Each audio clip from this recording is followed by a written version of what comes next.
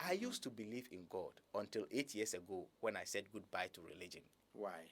Because of the dream that I had when I understood the concept of humanity. And I got to realize that in the absence of humanity, everything is meaningless.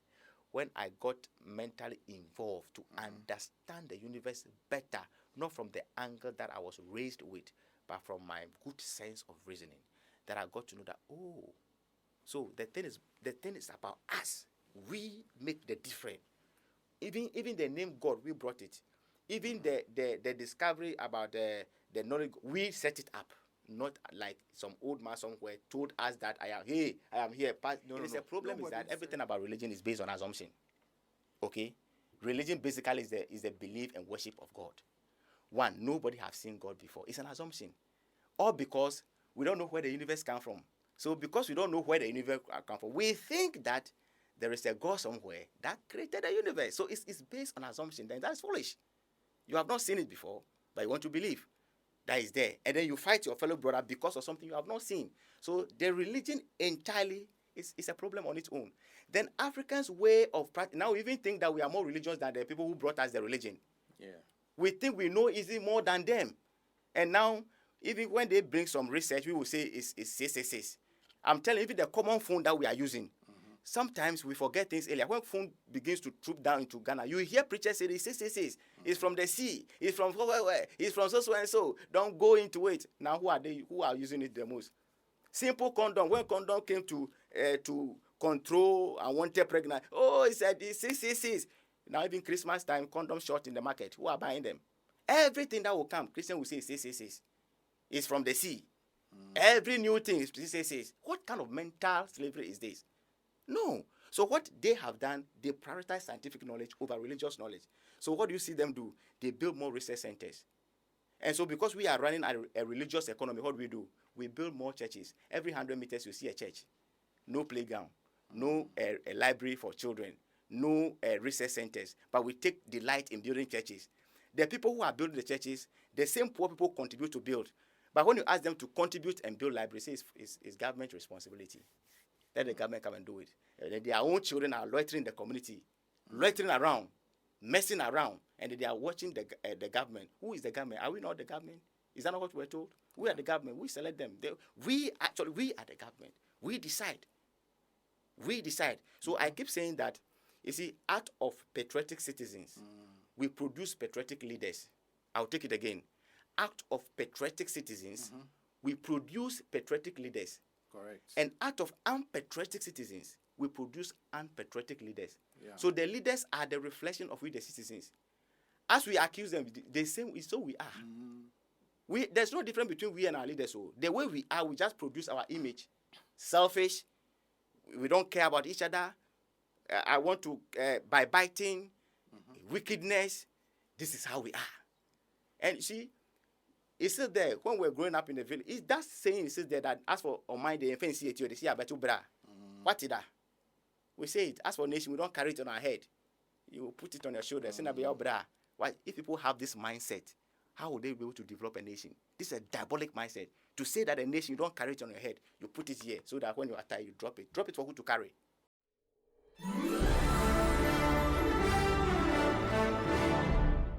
My name is GhanaMan, the systematic universal patriotism campaigner, the brain behind the ant hill concept and the Pilolo concept, promoting Ghana to Ghanaians, reviving the knowledge of patriotism and instilling the sense of patriotism in the younger generation. And I'm also the brand ambassador for Boss Sikaman Portugal Foundation. The boss represents Ghana. Ghana is the holy boss. In as much as you are in Ghana, Ghana is the boss. Not your tribe, not your political party, not your institution, but Ghana is the boss. Without Ghana, there is no political party. And then the Sikaman is an account word, meaning money nation. We live in money nation. So there is no... Do you have the money? We have the money in abundance. You don't see it too? Yes, because we have selfish people ruling us. That's why. Selfish people have chosen selfish people to rule them. So that's why. But we live in the money nation. And then the Portugal is an acronym of promoting Ghana to Ghanaians. Okay. So basically, GhanaMan is a patriotic campaigner. I'm a humanist and an atheist. Wow. Did you say you are an atheist? Yes, please. I'm an Obe so atheist. chese unji nyankopon bia. Mpacho Debbie Minji Nyamindi. Nyamindi ho na makoji na edi. Ye be ba hobi. We dem dey come points no ye be ba hobi. Obe che ndi nti a we ye Ghana ni na so unji nyankopon. Mate mechira wasi ye. Serious. These days people are bold. They are bold to say these things on TV. Okay. Oh yes, of course. Anyway, Yeah. But we are all patriotic. Why are you wearing all these things? Why are you wearing the Ghana flag? And is it even legal? Anyway, I'm the GhanaMan. The Ghana belongs to me. Oh. Yes. From 2015, I had a dream about patriotism. And in the dream, I saw the problem of this nation, and I also saw the solution. So I had a mental evolution on 3rd March 2015 to understand the problem of humanity and to understand the problem of our nation. And in the dream, I saw myself wearing this. Me who said I share red, gold, and green. Dream, as in Oda and also. Yes, I me die and I soon die. I slept and I had a dream on 3rd March 2015. And as mature as I am, I did not make any mistake. I realized that this is the solution. This is the way to go. Before then, I was a Christian. I was a 7-day Adventist Christian, an evangelist for that matter. But from 3rd March 2015, when I had that dream and understood the dream very well, and henceforth, from then, I started wearing this dress. And this is how I'll be dressing till I die. If you don't like it, then come and kill me. I see. And you've not had problems with the police or with legal authorities? Mentioning police, let me say thank you to Ghana Police because all my campaigns that have been giving me free escort. I walked to Kumasi in 2018, 2019. I walked to Ho, and I did couple of patriotic walk propagating the message of patriotism. You mean you walked barefooted? Yes, I walked barefooted with my team. Sorry, not barefooted, like you walked on the road. On the road. I spent 7 days on the way. By foot. With my team, with Ghana Police. From Accra to Kumasi? From Accra to Kumasi. 7 days till I got to, and from Accra to Ho. Wow. Yeah. And if all things go well, maybe next year or the other year, I'll be walking from Accra to Takwa. This is what I'll be doing for the rest of my life, my brother. Because we are in a mess. Not only Ghana. It's a global challenge. But then charity, they say, begins at home. And so this campaign is starting from Ghana, but it's going to spread across the African continent. So that we'll liberate our people from mental slavery. So that we'll liberate ourselves from unpatriotic behaviors. So that we can love ourselves, love our country, so that things will move forward. Because we have everything as a nation.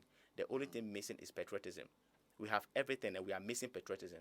And in the absence of patriotism, selfishness rules the minds of the citizen. And so we have everything, we boast of everything, but we lack everything. And that is patriotism. And once we understand the subject matter of patriotism and we embrace patriotism, our problems will be solved. So if you walk by foot to Kumasi, I don't know. Are you trying to promote something, or I don't get it? Yes, of course. The whole idea. You are talking about patriotism, but do you have to walk to Kumasi? Yes, of course. Or you want to make a statement? I want to make a statement. I want to establish something. That we shouldn't use white man's car. Oh, no. Patriotism has nothing to do with white man or black man. No. What I stand for is systematic universal patriotism campaign. Systematic. It's universal. It's universal. It's about humanity. And so, you see, patriotism is love for one's country. But then I am broadly... But you are wearing Ghana flag. Yes, of course. So you are promoting Ghana. Yes, of course. Not humanity in general. Okay, I will explain to you for you to understand. Okay, the universe is huge. Okay, this is the part that we are occupying called Ghana. And so if you want to do something, you start from where you are. And so the whole idea is that whilst we are promoting Ghana to Ghanaians, we are reviving the essence of patriotism in Ghana. Togolese will be doing the same. Beninese will be doing the same. Nigerians will be doing the same. South Africans will be doing the same. Eventually, what are we doing? We are building Africa by starting from our home. So the message is a universal message. But what is the message? Patriotism, the message of patriotism centered on humanity. So we call it the systematic universal patriotism centered on humanity. What is patriotism? Patriotism. Maybe we don't understand Yes, the way you yes. understand it. Yes, So yes. what is patriotism, and then what is systematic universal patriotism? Thank you. Patriotism basically means love for one's country and the willingness to sacrifice for the country. The systematic universal patriotism is the same. We are talking about the entire universe. But wherever you find yourself as a citizen, wherever you find yourself in your geographical settlement, you have a role to that particular place. And so, whilst we are here in Ghana, our responsibility is Ghana. If you find yourself in Togo, at that particular moment, your responsibility is Togo. You may be a Ghanaian, you find yourself in Nigeria, at that particular moment, Nigeria is your responsibility. So we are talking about humanity. And so I am redefining or broadening the subject matter of patriotism. And this is how I see patriotism. Having the knowledge of interdependence for sustainability of humanity. What does it mean? We are interdependent beings living on an interdependent maybe universe. you should come down small on your English so that everybody, some of us will understand. Okay. All right. I'll miss it with the key. You see, Okay. we are yedin dying hon nipa. We are interdependent beings. We yeah. yedin dying hon. Yes. And then we live in a universe that depends on itself, on one another. You see, the Earth does not stand alone. We have other planets, okay? And every fragment of the universe, laying on each other. Okay. They support one another. So as human beings, we depend on one another. Okay. Without you, I am nobody. Without me, you are nobody. And this goes to everybody, not only Ghanaians, every human being. You see, when we put living things, we classify living things, we say humans, animals, and what? Plant. Okay? We are human beings, the human family, the human race. We are one. And so whatever we do, we must look at it from a broader perspective, not only centered on Ghanaians, because we live in a whole universe that we are also part. And it's a fragment. And so Ghana is not different. Ghana is still part of the universe. Togo is still part of the universe. But at this particular moment, this is where we find ourselves. So it is our responsibility. So it's just like this apartment in which we are having this interview. It has so many rooms, but it belongs to one person, two of us. And so if I happen to occupy this particular apartment, it is my responsibility to clean this particular room. Okay. But there are others in other rooms. They should also clean their Clean rooms. there. Eventually, what are we doing? We are cleaning the entire environment. That's what the systematic universal patriotism means. So it means that we Ghanaians must make Ghana conducive for humanity. So that anybody that travels from any part of this world and comes to Ghana, the person must feel like a human being. Whilst they are also doing likewise, because we will migrate. I will go to Togo. Togolese will come to Ghana. So if they come, they are welcome. If I go to Togo, I am welcome. But here comes the case. Africans go elsewhere, and the whole place is beautiful. But what happened to our continent? Everything is in a mess. In a mess, and we are calling on unseen God. We are constantly praying, and we have always been praying, and we have not stopped praying, but we are living in a mess. And so what I am saying is that we are not using the good sense of reasoning.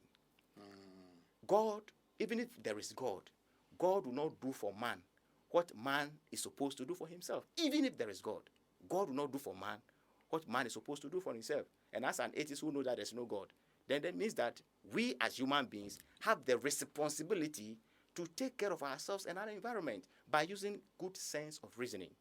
That is what we call mental evolution. Okay, so you think we in Ghana, we should live a certain lifestyle that will make Ghana more habitable or more welcoming. Not even live a certain lifestyle. We should be patriotic. We should just be patriotic.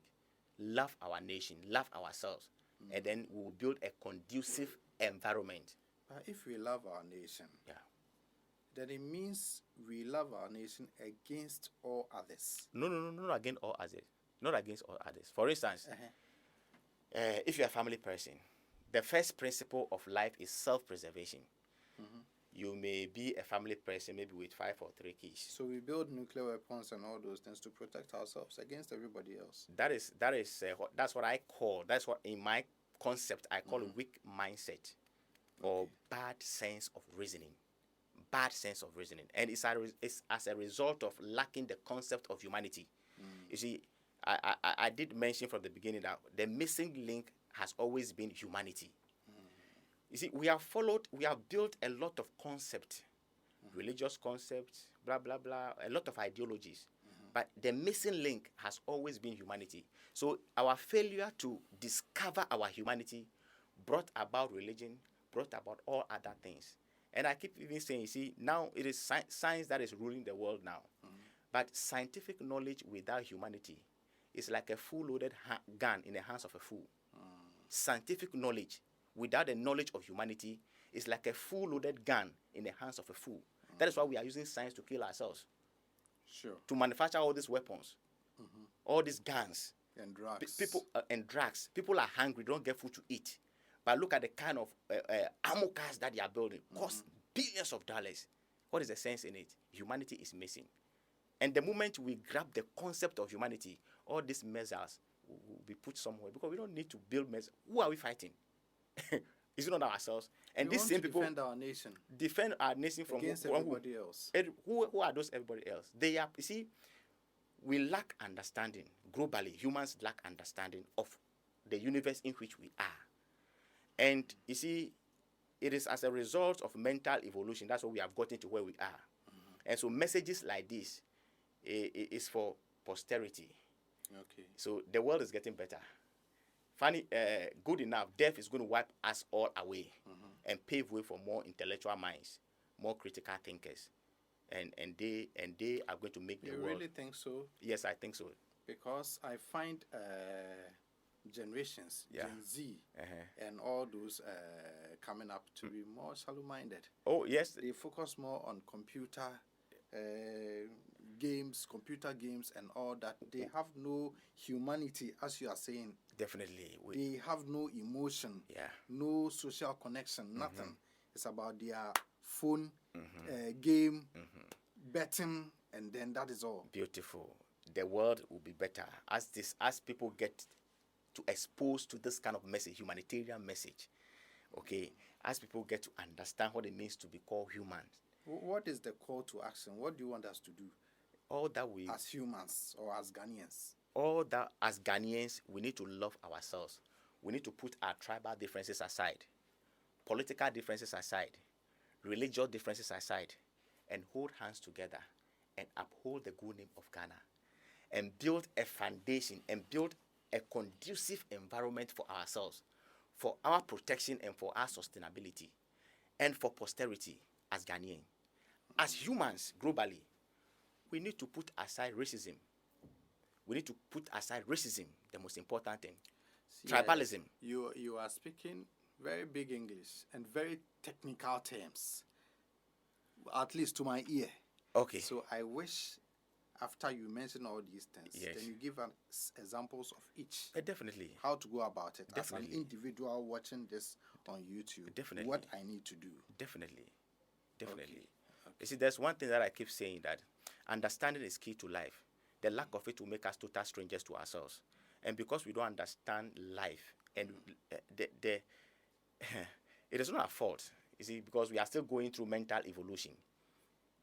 Anytime I talk about evolution, I am not talking about the Darwin theory of evolution. That has to do with the Big Bang theory. I am talking about mental evolution.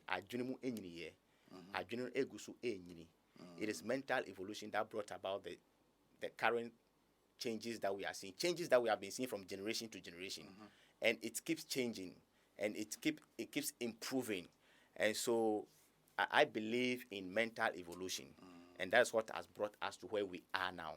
And as you see, I started preaching this message barely 8 years ago. I've not gotten anywhere. I still have a lot to do. So I go to schools, I talk to children. Children are my target. Once they get this concept, the future is bright. Come again. Catch them young. Catch them young. And they are children are so much lovely to work with. and they understand things. It's just like this Sunday I was in one church, Rock International Church. Around this, did they accept you? Oh, you why? don't believe in God. You are coming to pollute the people. All the demons, no. No. So, GhanaMan is accepted everywhere. GhanaMan is accepted everywhere.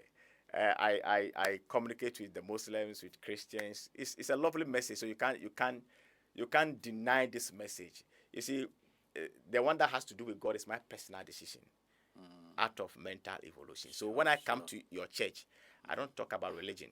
Okay. I talk about humanity and patriotism. But if you ask me, find its way through somewhere. No, if you ask me of my personal view, it doesn't matter where you ask me, I'll tell you. If you ask me in the mosque, I'll tell you. If you ask me in the church, I'll tell you. But if you want me to speak on the subject matter of patriotism, I can limit myself on the subject matter of patriotism and humanity. Okay. But if you seek my view concerning religion, I'll boldly tell you my view. Because for me, I know that the greatest challenge that is facing the entire world is religion. Religion, which was established to be the savior of this world, is a dangerous weapon. And the human race can never unite on religious knowledge. Never. We can only unite by the concept of humanity. So, if you want the betterment of this world, then there is a need for every human being to project humanity. So I say hashtag humanity over religion. Why do I think so?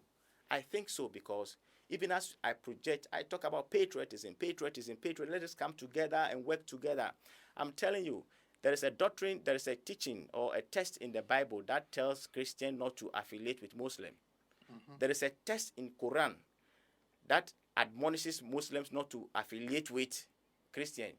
They may pretend to be working together, but in their mind, they are divided. They may pretend to be smiling at each other, but they are enemies in the minds of each other. And when you cross that path, I'm telling you, your head will be slaughtered.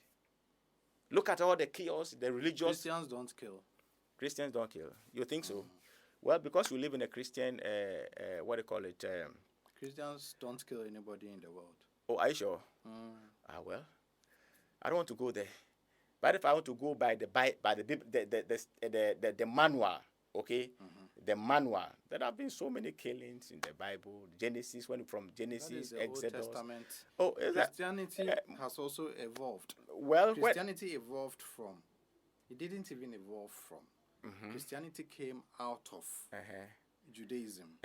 It's Judaism, the olden days that they used to kill. Well, see, when I'm talking about these things and they say it's Old Testament, I ask, how can you people keep bringing that old religion into Christianity? It's somehow false. Okay, I'm coming. Let me ask. Your argument false. No, it doesn't make it false because the Bible is made up of how many books? 66 books, right? Both old and new. Together. Claim to be the word of God. Claim to be the word of God. And so, supposing in the era of Christ. We will come to that. We will come to that. Yes, we will talk more about that. Definitely. Me too, I know a little about that. But I'll let you explain your point very well. Why you've decided not to believe in a God. And all that. We will talk about that. Definitely. But for now, in fact, in this particular session, we will talk about it. But for now, I want you to explain to us what you see. You keep mentioning patriotism and humanity. Now you've explained patriotism. What is humanity? And then give us some examples. What we need to do. I told you to give us examples, but it was full of a lot of jargons. So you bring it down to our level, at least the level of the kids. Yes, I'll definitely bring it down. See, when we say humanity, humanity is the reality of our nature. I'm a human being. You are a human being. The classifications, see, we have the human race. We have the animals. We have trees or plants. Okay. We are human beings. Before anything else, as I walk to this studio, what I see is I see my fellow human being. I don't even know what your philosophies are. I don't even know what your ideologies are. I don't even know your tribal affiliation, your political affiliation. What I see is my fellow human being with 2 eyes, nose, mouth, that talks and I can hear you. Handsome just like myself. That's it. That's number one. That's what humanity is about. So accepting each other, our personality, before our philosophy or ideology. Okay. That is it. That's humanity. But what we came to meet is that, how are you, my brother? I'm fine. Where from you? The next question, where from you? Does it matter? Does it really matter? And then once you're able to tell, oh, I'm a Newe, and the other person is not from your angle, then the thought start come, hey, this everybody are Juju people. They say they are Juju. Oh. Is it? Hey, that's what these Ghana people there. You get it? And then the person also want to listen to you carefully and see where your political affiliations are. Is it MPP or NDC? If it is MPP and he is NDC, no. You get it? Yeah. And so we differentiate favoritism among ourselves based, and these are ideologies. These are philosophies. Okay? It's a political ideology. What I'm talking about, I am not expecting everybody to be a patriot before I can affiliate with them. That's why I say patriotism centered on humanity. Okay. It goes beyond one's country. It is human beings that make a country. When there's no human beings there, there's no name. Once human beings settle there, then they give the name Ghana, Togo, because there are human beings there. So when we talk of nation, we are talking about human beings. So it is human beings that are making the change. So why do we neglect our humanity? And we choose our ideologies over our humanity. And so I entered here and I start preaching patriotism. The patriotism is not for you to accept patriotism. I'm only showing the way that this is the solution. If only what is happening in the world we don't like, then there's a solution. GhanaMan is showing the way that this is how we're supposed to go. But whether you accept the patriotism message or not, for me, you are my fellow human being. Yeah. Okay? So that's humanity. That's all about humanity. Accepting our person, accepting who we are. Just by looking at the person's way, well, forget about the color. This is some people are called white. For me, I've not seen a white person before. Are we really black? No. Are you being real? Yeah, I'm being real. Have you seen a white person before? We see them all the time. No, they are not white. You really... I just want you to picture the color white. Isn't it just a term? It's just a term. You get it right. So there's no white people anywhere. But we still see a difference. The only difference is that even among us here, we are 3 in this studio. They're still different. Our color is not the same. Our skin color is not the same. You get it right. So we are not supposed to affiliate ourselves based on skin color. No. Even in the animal kingdom, we have goat, cow, blah, blah, blah, blah. But they are all classified as what? Animals. Sure. So in the human race, people are fair, dark, brown, chocolate, short, tall, whatever it is. That makes it beautiful. Varieties makes it beautiful. So now all the short people have gone to group themselves at one side. That we are the short people. We dig ground. The ground is for us. Then the taller people also going to group themselves. No, these are nonsense. We are one beautiful race. We need to embrace our humanity so that we can reason well and create a conducive environment for our sustainability. Especially because of, we don't live, see, every generation does not live for themselves. We live for posterity. Yeah. We live for posterity. If we are struggling today, then there was a missing link somewhere. If our children, posterity will struggle, it depends on us. So when are we going to change the status quo?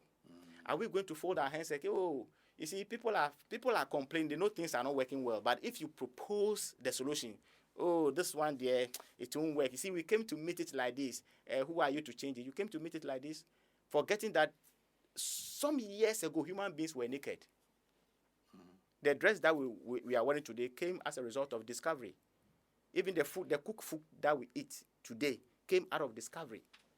It tells you that in the Stone Age era, there was so much barbarism. Primitive days we have gone through. Even currently, those of us in the city, if you travel to the hinterlands, to the village, sometimes you look at some life and say, hey, this thing is still in this world. Even in Accra here, there are still villages that if you travel to within Accra here, you marvel what you see. Okay? It tells you that when you talk about civilization, as for Africa, we still have a long way to go. We have a long way to go. And if you will get there, mental evolution. The difference between us and our brothers over there is that they discovered the power of the mind and they use it against us. We have not discovered the power of the mind. We are mentally dull. against us? Come again. How did they use the power of the mind against us? Yeah, that's how they were able to colonize us, enslave us. It's by the power of the mind. For somebody to say, okay, let me travel from my comfort zone. Even though I have no idea, I believe or I know that they should be. Was it even wrong for them to colonize us? Because it has also taken us, it has also brought us closer to the civilization you are talking about. To say it is wrong, I will not say it is wrong, either wrong or bad. Okay, it was the practice then. Even before they came, we ourselves, there were tribal issues among ourselves. We were also colonizing ourselves. Yes. So it was the era. Okay. The era in which they were. That was the practice. But as we involve mentally, what are we doing now? Some people are even saying that maybe we should let them recolonize us. These people are not critical thinkers. Anybody who believes that Africa needs to be recolonized, that person lacks critical thinking. Why? Yes, because the reason why he or she thinks that we need to be colonized is the same reason why that person lacks critical thinking. Because from all indications, it looks like. Sorry to say, yeah. I won't use the black man, but the Ghanaian is not capable of manage his own affairs. Well, you see, Dr. Kwame Nkrumah wouldn't be wrong by saying that we are capable. He's not wrong. We can. But the only thing that is fighting against us is our disunity. You see, all the things that I'm saying, not that Ghanaians don't know, people know, but our disunity is causing so much harm. You see, our tribal differences. People are so much affiliated to their tribes more than the nation Ghana. People are so much affiliated to their political parties more than the nation Ghana. You see, that's where patriotism comes in. To let the people understand that the nation comes first. And people have no idea. He thinks, oh, Charlie, we are the Ghana people, we are the airway champions, we are the Tiko Kosuna, we are the Chima Yeshemanin say. You see, these things. Okay, so don't you believe that maybe we shouldn't, how do I put it? It's like we shouldn't try to act like there is no diversity, like we don't have differences. Why shouldn't we rather embrace our diversity? That is it. We appreciate one another. That is a beauty. Our individual cultures. That is the beauty Instead of it. Acting like there shouldn't be any culture, there shouldn't be any No. You see, language. Culture is a way of people, of the way they do their things. Culture has nothing to do with religion. It's the way of the people. Even religion, I would want to extend it to all that. No, I should appreciate your atheism. You appreciate my Christianity. You appreciate his. But you know what? Religion doesn't permit that. That is why we speak against religion. If religion does permit that, then what is the need of a Christian going to mount a platform calling people that, hey, Bosom Kwasiasem? Why? If religion permits that, why should a Christian go and mount a platform, insult the tradition of our forefathers, and say Bosom Kwasiasem? Who even tell them that their African religion is idol worship? It's a religion. It's a pure religion on its own. For me, as an atheist, I don't see any difference in the religions. They are all doing the same thing. It's like a football game. You see, the football is one, but the players are 20 or 22 in different jerseys, in different numbers. On the field of play, they are playing the same ball, but they bear different names. That's how religion is. Religion itself is a football, one thing. And the players are different with different names and different jerseys, accusing themselves for nothing. And on the field of play, they can foul themselves. It's accepted. But when you pick that ball away from them, they all come fighting you. You get me right? When you pick the ball, all the players will come fighting you. That's how religion is. It's the same thing. Muslim, traditional worship, Christian, Hindu, whatever it is, they are all the same thing because they all believe in God. Okay? But so if like religion permits what you are saying, atheists will have nothing to say. Let's embrace each other. Okay? Let's appreciate one another. There will be no need for mounting crusade platforms making noise that, hey, come and accept only one God. It is only through Jesus that you go to heaven. Who is Jesus? Wait. We will come to the religion part and your views on religion. Thank you. But don't you think? Yeah. Yes, that is their opinion. Or Okay. that is their standpoint. If that's the once they are not coming at you with machetes and all that, it's just their opinion. You see, they have what we call psychological attack. We have what we call psychological attack. For instance, somebody tells you that a fool says there is no God. Some of us have gone beyond. That is still his opinion. Okay, so I also tell you that it's a mental. Your religion is a mental slavery. That is also your opinion. But then, the other person is having problem with what I believed in. That's the problem. I don't but have. It doesn't attack you. No, I also don't attack anybody. We don't attack anybody. Even atheists don't attack. Atheists don't attack. We promote humanity and scientific knowledge. We tell people that let's go by the scientific way, logical way. Think, reason to solve problem. Don't pray to solve problem, because prayer cannot never solve any problem. But do you know why? Do you know what? This is the problem. Where the masses believe in God, and those that are awakening, because we're all, once upon a time, we're all religious. And some of us are awakening. Let's assume that we're all sleeping. Some of us are awakening. Okay. And those of us who are awakening, our brothers now have issues with us. Why do I say there's no God? Why should that be your concern? If I say there's no God, why should it be your concern to the extent that you insult me that I'm a fool? You see the problem? Why is it so? Because it is so because my disbelief undermines somebody's intelligence. My disbelief in God undermines somebody's intelligence. You get it? That is it. That's the answer I got for myself. Because I keep asking, why should people be furious to hear people say there's no God? Why should people be? The last time was last 2 weeks.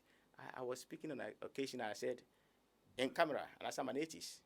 And after the program, a young man walked to me. He said, this is the first time I heard a Ghanaian in public on TV said he's an atheist. Are you sure you're an atheist? We talked for an hour. And after that, the guy was like, oh, wow, I never knew that's how it is. I said, yeah. You get it? So we need to spread good information around. We need to let people understand that humanity comes first. So my favorite quote, I write quotes, but my favorite quote is, in the absence of humanity, everything is meaningless. As we are in this studio, we may have different ideologies, but come what may, we are the saviors of ourselves. If I collapse here, it takes you to save me. If you don't, nobody will save me.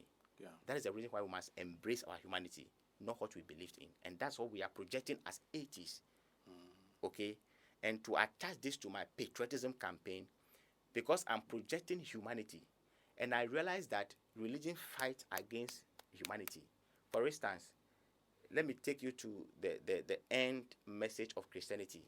When you put Christianity together, the whole message is that accept Jesus Christ as your personal savior. That's the whole message. Accept Jesus Christ, one, as the Son of God and your personal savior. So, this is what it means.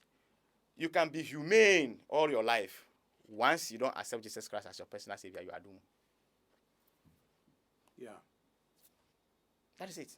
That is a problem in all religion. So the same thing applies to Islam. It shouldn't be a problem for you. Oh. Do you want them to change their ideology or what? You see, there is something we call reality. It's their creed.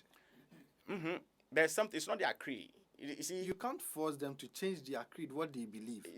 We can't force them, and nobody is forcing them. But that is the problem of the world. Their creed or their belief is actually the problem of the world, and they turn around and looking for the problem. But what you believed in is the problem, because one, we are. You see, as we are in this studio, I don't understand you. You will understand when I take you through the process. Because let me set an example, a simple example.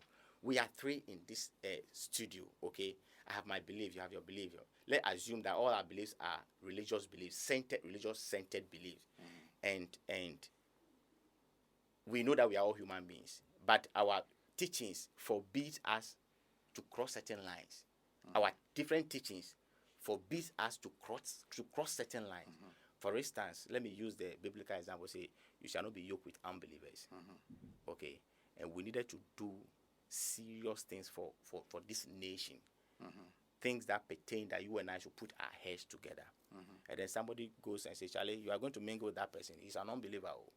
And if you want to make it to heaven, Charlie, because of this country, to go and build this country, you are going to move with that person. Remember, heaven is waiting for you. God will ask you a question because it's in the Bible. don't you think this idea you haven't? I understand. I'll let you finish, but I know where you are going with this. And this whole thing, don't you think this thing borders on religious intolerance? Borders on religious intolerance. Yes. Among religious people. Religious people. In fact, your side too. The fact that you hate these things. Don't use the word hate. You don't like. We don't hate. You wish they could change it. For the benefit of humanity, not for me. For the benefit of themselves. So why should they change their Bible and their religion? Because it is fighting against them, and they are blaming Satan. The same thing they are holding on to is fighting among them. For instance, they understand themselves. They don't understand themselves. So why not leave them to themselves? Let's take Christianity alone. There are millions of denominations within Christianity. Let's mention a few. SDA, Catholic, Jehovah's Witness, blah, blah, blah, blah, blah. That is their own problem. Not their own problem. And it's a selfish agenda. I see, religion is like a bull. It's a time for us to hold the horn of the bull. Christianity alone, look at the denominations. And the SDAs, because I am coming from the SDA background, so let me speak from that angle. They call themselves the remnant. Do you know what it means? Yeah, everybody is lost except them. I understand. Everybody is these lost are just ideas. except them. Go to the Jehovah's Witness. Unfortunately, they also believe that they are the only ones. These are just ideas. And so what are they doing? They are always fighting themselves. You are lost. You are lost. And it's delaying. Only verbal. It's delaying. It's not just verbal. It's a psychological disorder, and they are tormenting each other psychologically. Whilst we are going hungry, we have land to farm. We have minds to engage in research, to build a better nation. And all you are doing is that come to SDA, come to Jehovah's Witness, come to Pentecost, preaching it day in, day out. And then you are being deceived that you will go to heaven one day. And they don't think they are deceived. You will not think you are deceived. That's how it is. Because you know what? The kind of civilization we are enjoying today, thousands of years ago, they were some of our predecessors. Few saw it. Who said it will never happen? Because these things you are saying is the same thing. I may not be so accurate on the history, but it's the same sentiments and desire to correct what is happening in religion, especially Christianity, that led to persecution of Christians in China, in Russia, and in some of these nations where intellectuals who came to power, who, came into authority, wanted to correct religion. So they ended up clamping down on I don't think so. You see, when we talk of religion, Christianity is not the only religion. We have over something thousand of religion. But sometimes it's just, this is how it works. Wherever you mention the name religion, the dominant religion takes hold of religion. Sure. And so religion goes beyond Christianity. Religion simple is a belief in God. So all the other groups that believe, they are all religious.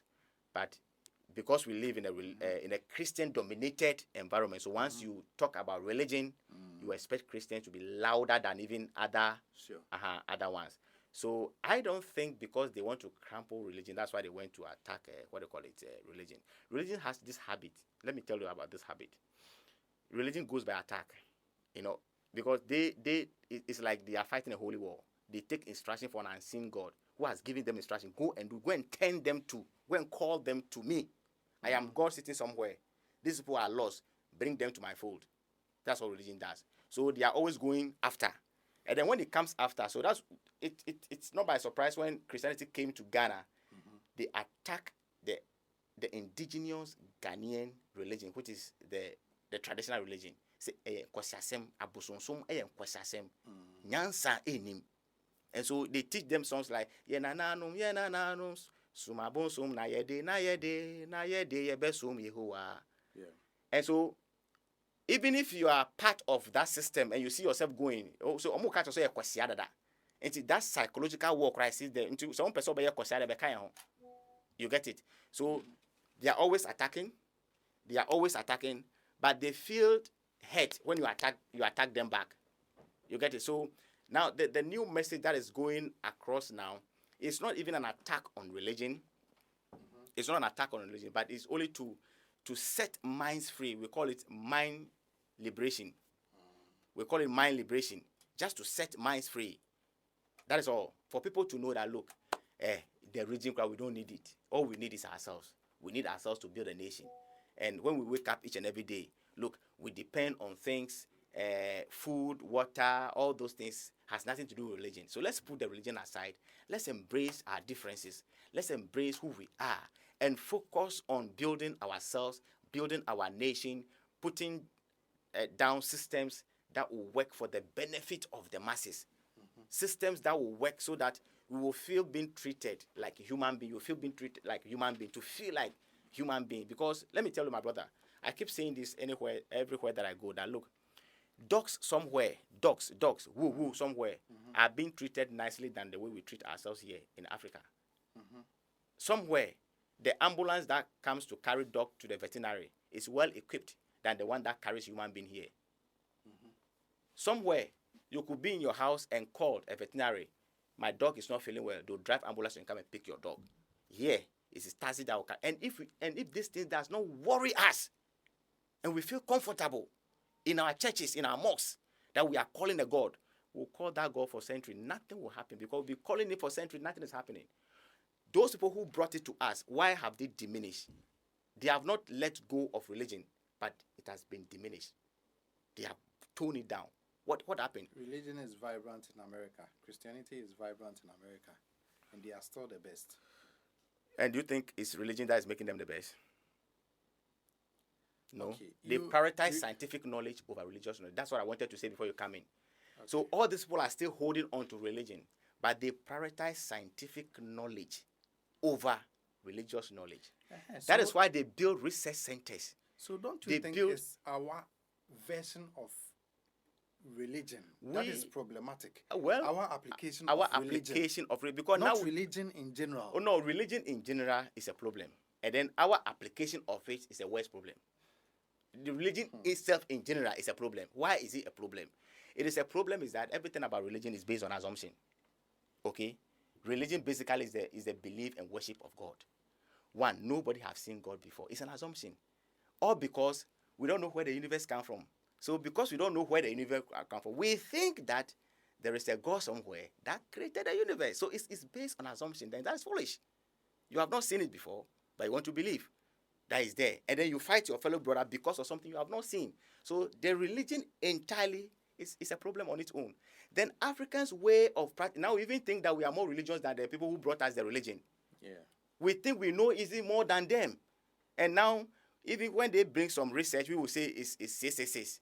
I'm telling you, even the common phone that we are using, sometimes we forget things earlier. When phone begins to troop down into Ghana, you hear preachers say it's 666. It's from the sea. It's from where? It's from so and so. Don't go into it. Now, who are they? Who are using it the most? Simple condom. When condom came to control unwanted pregnancy, it said it's 666. Now, even Christmas time, condom short in the market. Who are buying them? Everything that will come, Christian will say 666. It's from the sea. Every new thing is 666. What kind of mental slavery is this? No. So what they have done, they prioritize scientific knowledge over religious knowledge. So what do you see them do? They build more research centers. And so because we are running a religious economy, what do? We build more churches. Every 100 meters you see a church. No playground. No a library for children. No research centers. But we take delight in building churches. The people who are building the churches, the same poor people contribute to build. But when you ask them to contribute and build libraries, it's government responsibility. Let the government come and do it. Their own children are loitering in the community, loitering around, messing around, and they are watching the government. Who is the government? Are we not the government? Is that not what we're told? We are the government. We select them. We are the government. We decide. We decide. So I keep saying that, you see, out of patriotic citizens, we produce patriotic leaders. I'll take it again. Out of patriotic citizens, we produce patriotic leaders. Correct. And out of unpatriotic citizens, we produce unpatriotic leaders. Yeah. So the leaders are the reflection of we, the citizens. As we accuse them, they say so we are. There's no difference between we and our leaders. So the way we are, we just produce our image. Selfish. We don't care about each other. I want to, by biting, wickedness. This is how we are. And you see, it's still there. When we're growing up in the village, it's that saying is still there that as for on mind, the infant see it, they see a better bra. What is that? We say it. As for nation, we don't carry it on our head. You put it on your shoulders. Why? If people have this mindset, how would they be able to develop a nation? This is a diabolic mindset. To say that a nation, you don't carry it on your head, you put it here so that when you are tired, you drop it. Drop it for who to carry. And all these things have psychological effect on the mind. And so it's all about kweku school, where toka si dine, all those things that does not make sense. Whilst others are thinking 200 years, 500 years, 1,000 years, all that we know is that Charlie Kosku Kessie, Jabodin, Ware, Toka Kessie, Obano say Yan Ebano, but our minds are slow, our minds are weak. And this is what is affecting us. And then we group ourselves in mosques and in church, and we are calling God 24/7, and nothing is happening because we are suffering from reasoning deficiency. And reasoning deficiency, inability to think and reason and act to liberate yourselves from the struggles that you find yourself. And you believe that there is somebody somewhere should come and intervene on your behalf. That's a reasoning deficiency. And that's the difference between us and them. For them, they believe that Charlie is logic. Let's plan. Let's put systems in place. Let's think about the next generation. Let's put things in order so that the children will not suffer.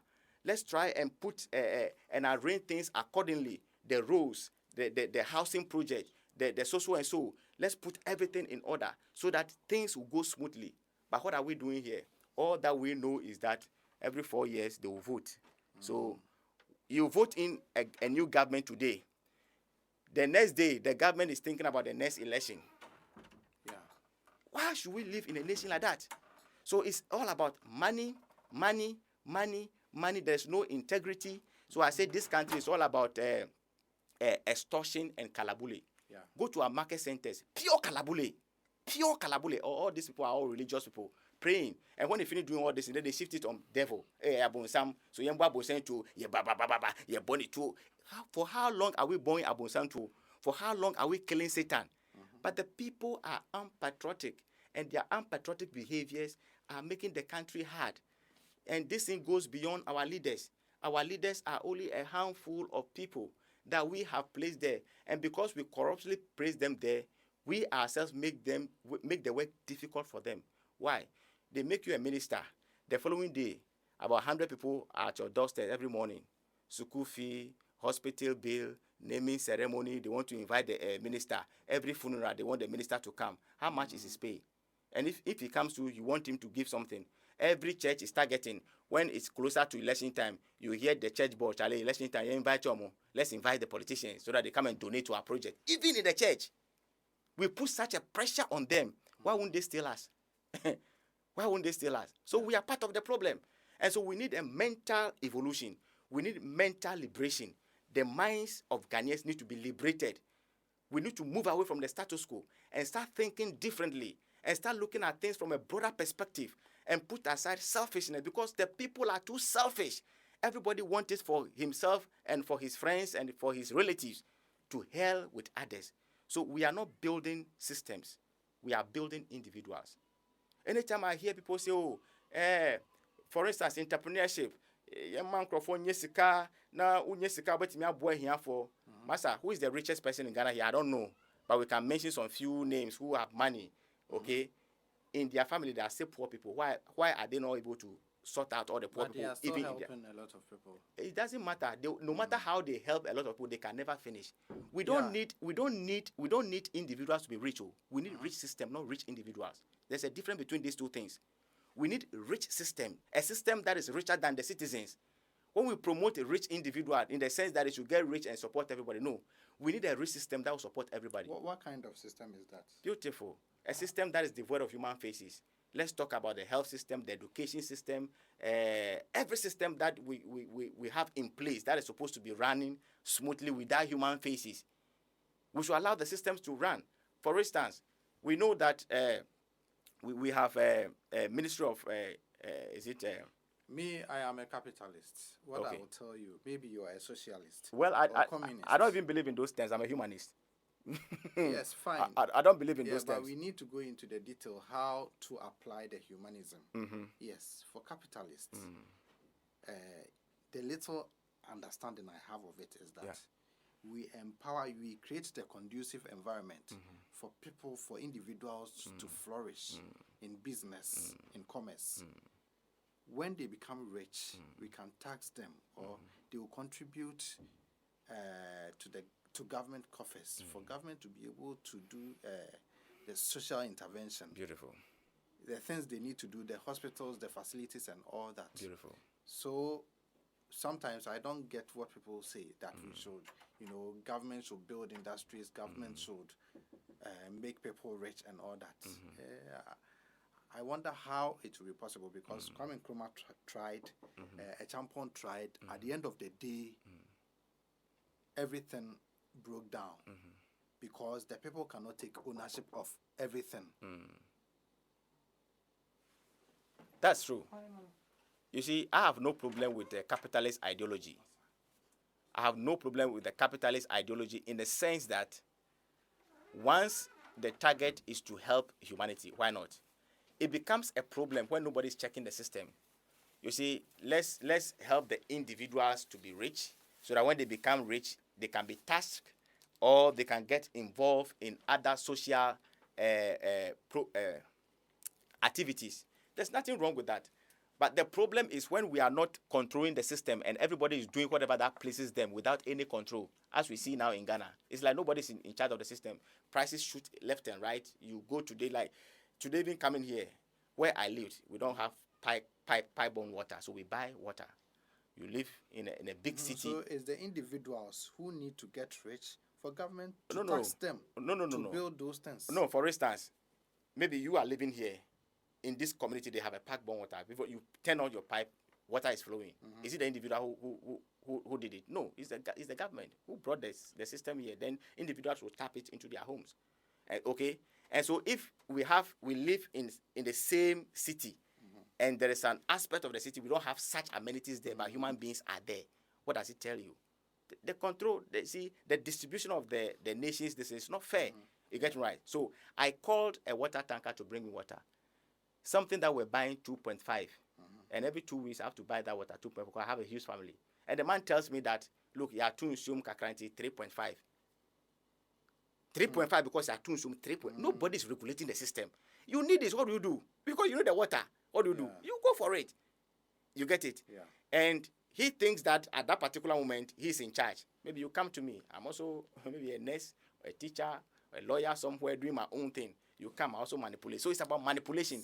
All in the name of being capitalist? No. GhanaMan. So the capitalist idea is good. GhanaMan. But who is controlling the system? GhanaMan. We are abusing it. GhanaMan. My brother. What you are saying is very true. So I also think it has something to do with our value system, which has a lot to do with the things you are preaching. Instilling patriotism and humanity in the people, because this guy selling the water, if he has patriotism or humanity, he wouldn't be doing all that. That is why I'm saying that's a missing link. You see, all the things that we talk about are the things that we all know. That's why I keep saying that patriotism and humanity is always the missing link. You see, when you started mentioning the capitalist, the social, I said, I don't buy so much into that because I know that there is a good side of everything. And things looks good on paper, but in reality, it's rough. The reason why it's rough in reality is that we don't have patriotism and humanity in us. If we do, things look good on paper. Take MPP manifesto, my brother, it looks very good and appetitious. Take NDC's manifesto, it looks so good and why is it that it's rough on the field?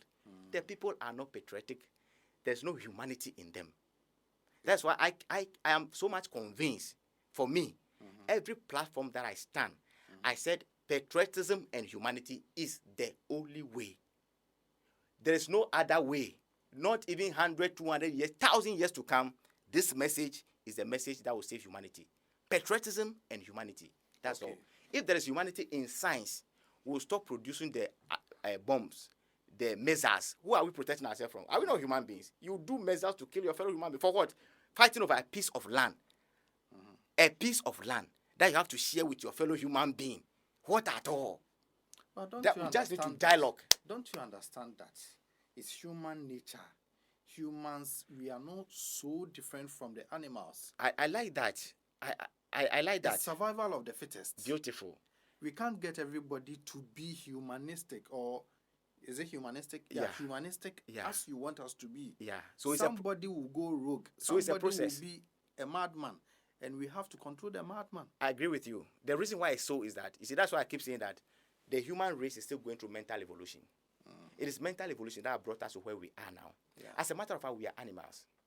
You see, the only thing that separates us from animals is a high level of intelligence. God. Oh, no, God. It's a high level of intelligence. That's for God. They put it aside. It's a different thing. Massa. The only thing that separates us from animals is a high level of intelligence. And God. Even though... Yes, and even God. No, put God aside. Who gives us higher... Oh, no, put that God aside. I say let me tell you. Sense of judgment. Let me tell you, and don't be offended. If indeed, God is there for me, he would have been the most foolish being. If indeed, don't be offended. And those listening to me, please, it's my view, it's my opinion. If indeed God exists, that God would have been the most foolish being. And some of us will judge him. GhanaMan, we will come to that. Thank you very much. We will come to because that. I have issue with that God. Personally, I have personal issue with that God. If he there exists, I have personal issue with him. I think you only have issues with the description people have given him. Oh, no. Not even he doesn't exist. Okay, let's say something. Let's talk about patriotism. He doesn't exist. Yes, so you give us maybe 5 practical things we need to do to be patriotic and humanist. Is it humanistic? Yeah. Okay, patriotic that way. Humanity. To embrace humanity. Embrace humanity, yes. 5 or 6 practical steps that everybody can take out of this interview. The only step that we need is knowledge. The knowledge of humanity. And being ready to reason beyond the status quo. Until people are ready to take these 2 things. No steps that you give them that will be practical to them. 1, they must accept the knowledge that we are all human beings. That's number 1. Accept that we are all human beings. We are together. Nothing separates us. There are no people belong to Satan. There are some belong to God or whatever it is. No. We are all human beings. It's a knowledge. It's a knowledge thing. 2, we have to be ready to think out of the box. To be ready to think out of the box. People feel too much comfortable in the box. This is how we came to meet it, the status quo. Don't change it. Don't amend it. It's okay. Why is it always so? It is always so because the way the system is such that we have been put on a path whereby we are always thinking about food, what to eat and where to sleep. So it's hardly that people will go out of the box and think different. And so if you happen to do it, then it's like you have challenged the intelligence of others, of the masses. And so even what you are saying, if it is right, because it is not coming from them, let's fight it. Okay.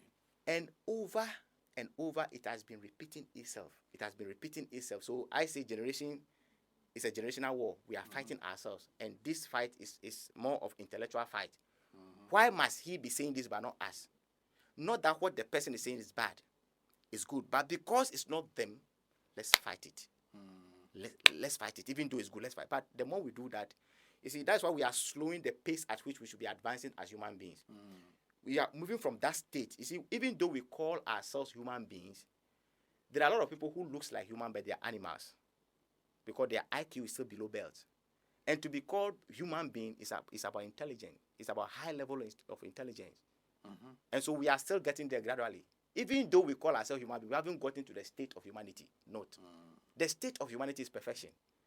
Where you have 0 negative thought about your brother. All you seek is the welfare of your fellow human being. For me, I keep saying, had it not been that I married early, started making certain property for this thing, this my campaign I'm doing, maybe I would not have been married. Because when I got my mind involved, I get to realize, I don't know, the things we're fighting for, the material things, were meaningless. We should have been fighting for humanity. We should have been fighting for ourselves and for posterity. That's the most important thing. Not to be the most richest in my community. Not to be the most mightiest in my community. No. Because no matter how smart I am not better than the person that I think is not smart. No matter how rich I am not better than the other person. Because without them, I am nothing. But this knowledge is missing in our education system.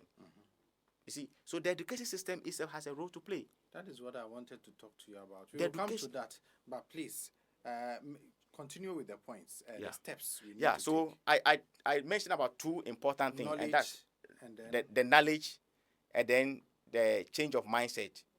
The change of mindset to reason outside the box and know that, look, knowledge is out there. They've made a lot of people believe that, you see, it's like, let me mention these drinks: Fanta, Coke, beer, Guinness. Put them together. Guinness in a Guinness bottle thinks that is the only drink in the whole world. Fanta in a Fanta bottle thinks that is the only drink in the whole world, until they open it and you come and say, hey, no, Guinness is also there. This is how they have made the entire world. This is how they have made the entire world. This is how they have made the entire world. People believe that there is no knowledge anywhere apart from the one that they have been programmed with. People need to understand that, look, knowledge is huge. Knowledge is out there. And when we seek, we will find. I am beginning to have a dry throat, so viewers, let GhanaMan sip some water, and then GhanaMan will continue. It's also part of it, right? Very important. Water, they say, is life. Yes.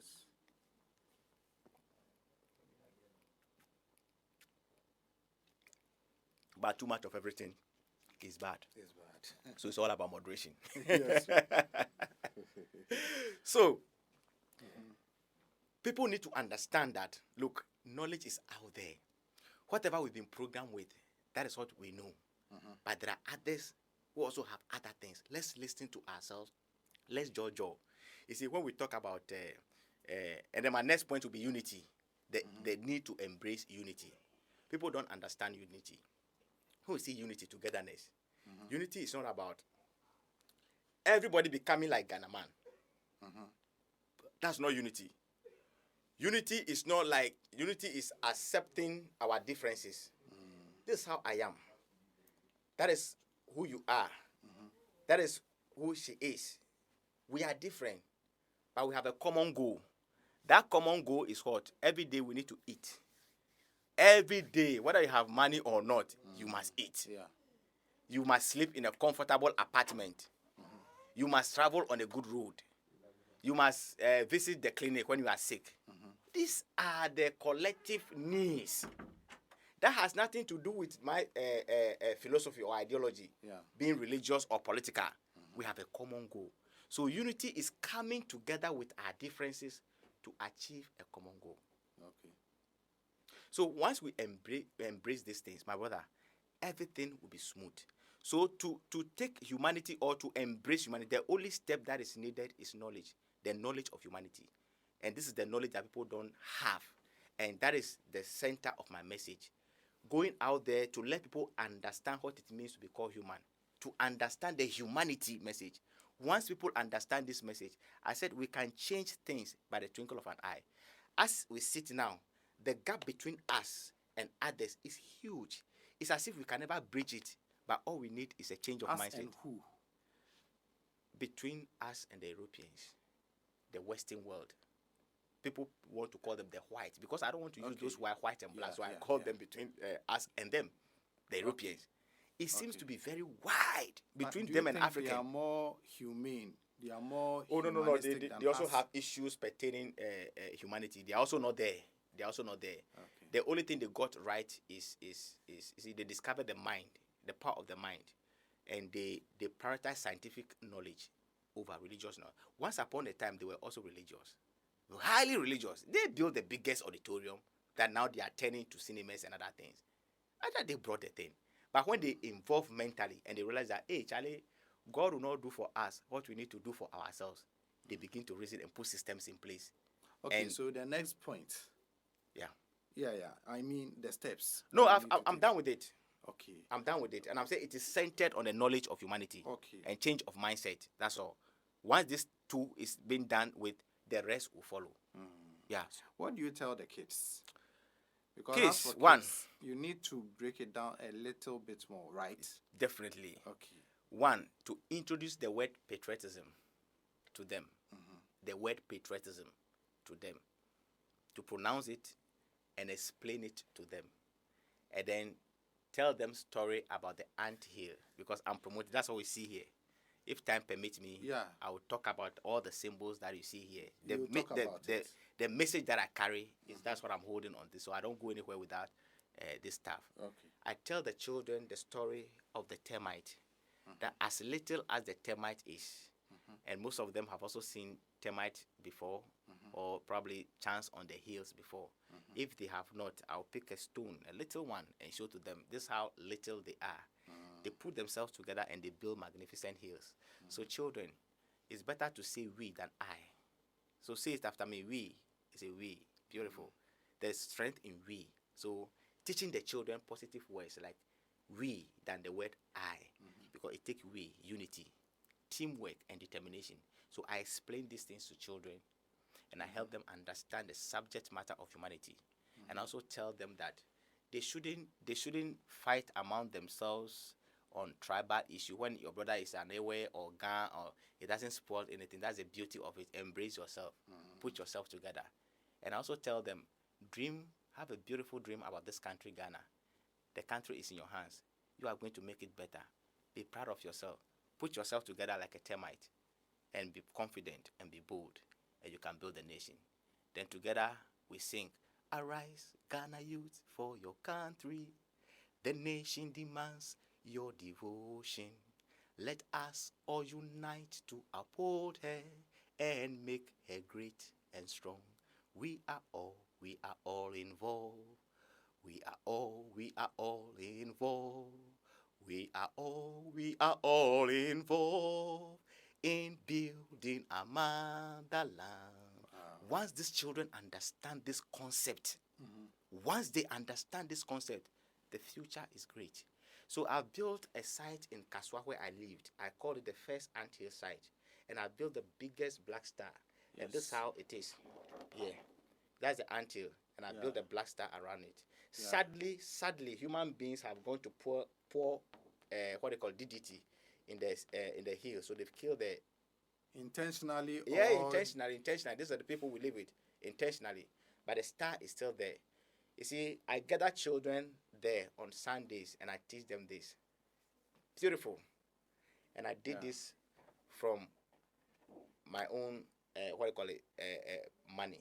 Money that I was supposed to use also to take care of my children. This is what I used to build for children. And somebody came and poured that thing in. But I've not given up on the site. And the vision of that site is to build that site across the country. Did you build the anthill? No, the anthill was there. It was there, and then it was there. And the day I had a vision. Okay. When I was going to buy the Rego Green, then I saw the hill in the bush. Oh, okay. So I went to the chiefs of my community, and I narrated a dream that I had to them. That I had a dream about this thing, and lo and behold, the thing is in the community. So can you give me the portion of the place to demonstrate what I saw in the vision? And it sounds good to them, so they gave me the piece of land. Okay. And I built it. I spent almost about 40,000 on that small place. Yeah. And I gather children there on Sunday, and I teach them patriotism, and then teach them the concept of pilolo. You know, when we are growing, that pilolo sports, this is what it stands for. That's the I here stand for that pilolo. It means that let's search. It's about searching, discovery, and adding value. We have a lot of things in this country we call ours, Ghana. A lot of things. Nobody should be in this country and be poor. Citizens of this country shouldn't travel anywhere that they are going to look for greener pastures. We have a lot. If you want to take cassava alone, cassava we can get gari, yake, we can get agberimo, now I even hear they produce beer from cassava. Cassava alone, a lot of things. Talk about the maize, the millet, the soya beans, the peanut, a lot you can't finish mentioning. Yeah. All we need is to search, discover, add value. So this eye is connected with the brain. That's the eye. Let's search and add value. When we search, we discover. And when we discover, let's stop importing the raw material. Let's add value. Let's add value. So I teach these things to children. But the most important thing is to introduce the children to the word patriotism and the true understanding of patriotism. That is the target.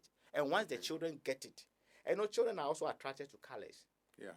And so when they see you in the red, gold, green, Like I wanted to tell you about the church that was last Sunday, and a child walked from the back seat, walked straight to me and came and said, "I like you."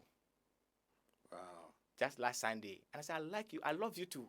And I carried him. I took pictures of him. I'm yet to publish the story.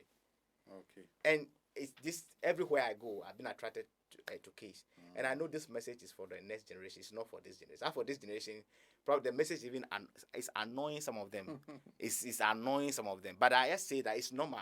You see, the reason why it's normal is that, let me again use the figure Jesus Christ as an example. The Bible says there was a time they placed Jesus there. There they go. You're always quoting from the Bible. Yet you don't want to believe it. Oh, it is because I have my background. You see, I came from that background, and so probably when you said that, is that people understand better. You see, let me tell you, this tell humanity thing you are preaching and all that. Yeah. These are,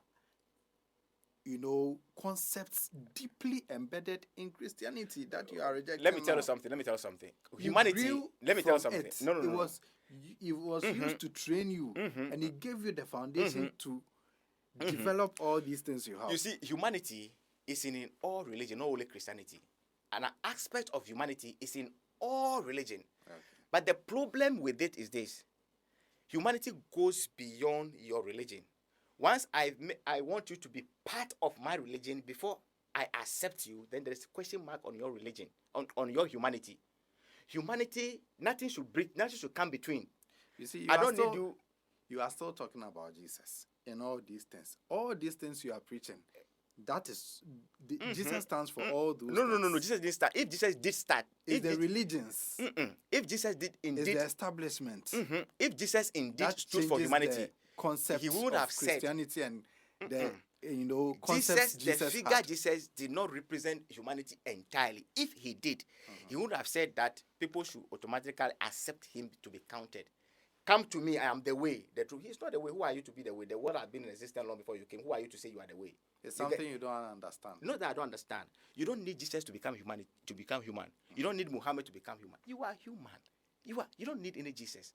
You don't need Muhammad. You don't need whatever. You don't need them. You are a human being. But the moment I begin to tell you that you need patriotism to be counted human, then there's a problem with what I'm preaching. You don't need patriotism to be human. You are a human being. But if you really want to progress together collectively, then we need patriotism so that collectively we can enjoy in this life before we die, because whether we like it or not, we'll die. And funny enough, there's no life after death. You spend some time where take Christianity out of Jesus. Take Christianity out of the Bible. I'm sure you come to the conclusion I'm giving you, that Jesus is the fundament of all these things you are preaching. No, you become Jesus' best friend. Oh, no. Jesus will become your best friend. No, I don't want him to become my best friend because Jesus is limited to Christians, so I don't want him to become my best friend. I want you to become my best friend. Because as I'm here now, I mean, you see, I wanted to take water. It was you who gave me water. Jesus didn't give me water. So why should I love Jesus more than I love you more than Jesus?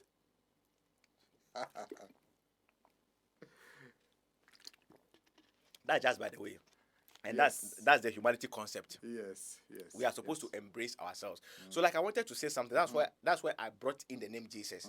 That somewhere in the Bible said they placed Jesus here, they placed Barnabas here. And they asked the people, this is Jesus your king. This is Barnabas. Which one will you choose? They said, we want Jesus. Let's crucify him. Oh, but this is your king, oh. So let's crucify him.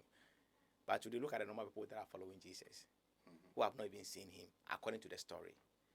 Look at the number of people that are following Muhammad now. When you study about his history, say, I think he started with his wife and then child or so. If he should come back to life and see the number of people that travel to Mecca on a yearly basis, more say, hey, so this message, people will embrace it and are suffered like that? Oh, you realize anyway. If Jesus will come today and see people riding Jaguar, people traveling in their private jet because of his Christianity, nobody will beat me up.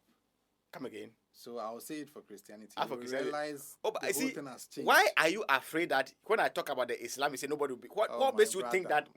You see, we have that perception, but Christians are also the same. It's a perception. Christians are not like that. Christians are like that as well. Nobody will beat you. Go and see how people. You see, go and see how They are more treating people who reject. They only argue with you. That is all. No, it goes beyond argument. People even reject their children. If you have to go to that church, that particular church, you see, it happens in Christianity. Why do you want to tag this thing to Muslims every day? No. Religion entirely. See, people are such a way that once they are offering you something you want to reject, they become aggressive. And that's what we need to change, because as we evolve mentally. Let's have this mindset that this universe, okay, is a force on its own with different fragments. The fragments are many. There are some we have discovered, some are yet to be discovered.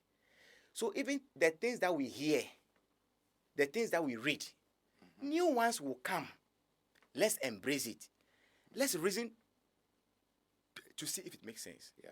If it makes sense and it will help us, let's embrace it. But because it's not from me, or because the one who is saying it is not from, has the same skin like me, it's not from the other place. So we want to, but the thing will help us. Okay? We have prayed for so many years. Now let's embrace patriotism. Let's embrace humanity. Let's understand these two concepts. All our challenges will be solved. By the twinkle of an eye, all our challenges will be solved. Okay. So can you continue explaining the staff? Okay, this is a patriotic staff. This is a patriotic staff. What you see here is anthill concept. Those are the things you teach the kids. These are the things I teach the kids, and I teach Ghanaians. And even adults. Yes. Once I walk around. Yeah. This is anthill. It stands for the anthill concept, which is unity, teamwork, and determination. These three values propel the little termite to achieve the success of building these hills that you can call them the skyscrapers. You see them around. And if we are to embrace this concept as a nation, then it will help us a lot. So this stands for the anthill concept, which is unity, teamwork, and determination. United, because a little termite, one single termite cannot do this. They have to be united to do this. And they work as a team. So to avoid the word I, let's embrace we. A lot of people are afraid of the word we. So they prefer I. Me, dia. But it's for us. This is what we use to build nation. This is what they use to build this hill. Then they are determined. Determination in the sense that, you see, all the weathers does not favor them at all. In the process of building, when it rains, it washes down the hills. But when it stops, the second day or the third day, when they go, they will build back again. Human beings even interrupt. Some people deliberately break it. Some people to use it for artwork. They use the clay for artwork. Yeah. Some also because of rodent. You know, sometimes they have some holes, rodent. In search of kusie, rodent, they break it. But amidst all these challenges, they don't give up. They push. And when you are traveling, funny enough, you see them by the roadside. Nature is teaching us, but we are so busy in search for money that we don't see it. Anytime you are traveling, just watch the roadside. You will see an anthill by the roadside before you get to wherever you are going. Yeah. Especially if it's a long journey. Watch by the roadside, and they are huge. And let me tell you one thing about this hill. The population of a termite in a mature hill, they are more than our population. They are more than 30 million. But they all live in that hill. You won't go to the site and see a single termite outside. They are all in. So this concept can help even our housing project, how we can house ourselves. But it's funny enough, human beings, I live in an apartment, but somebody, because he's not a hardworking, maybe he's not as smart as myself, he's sleeping outside.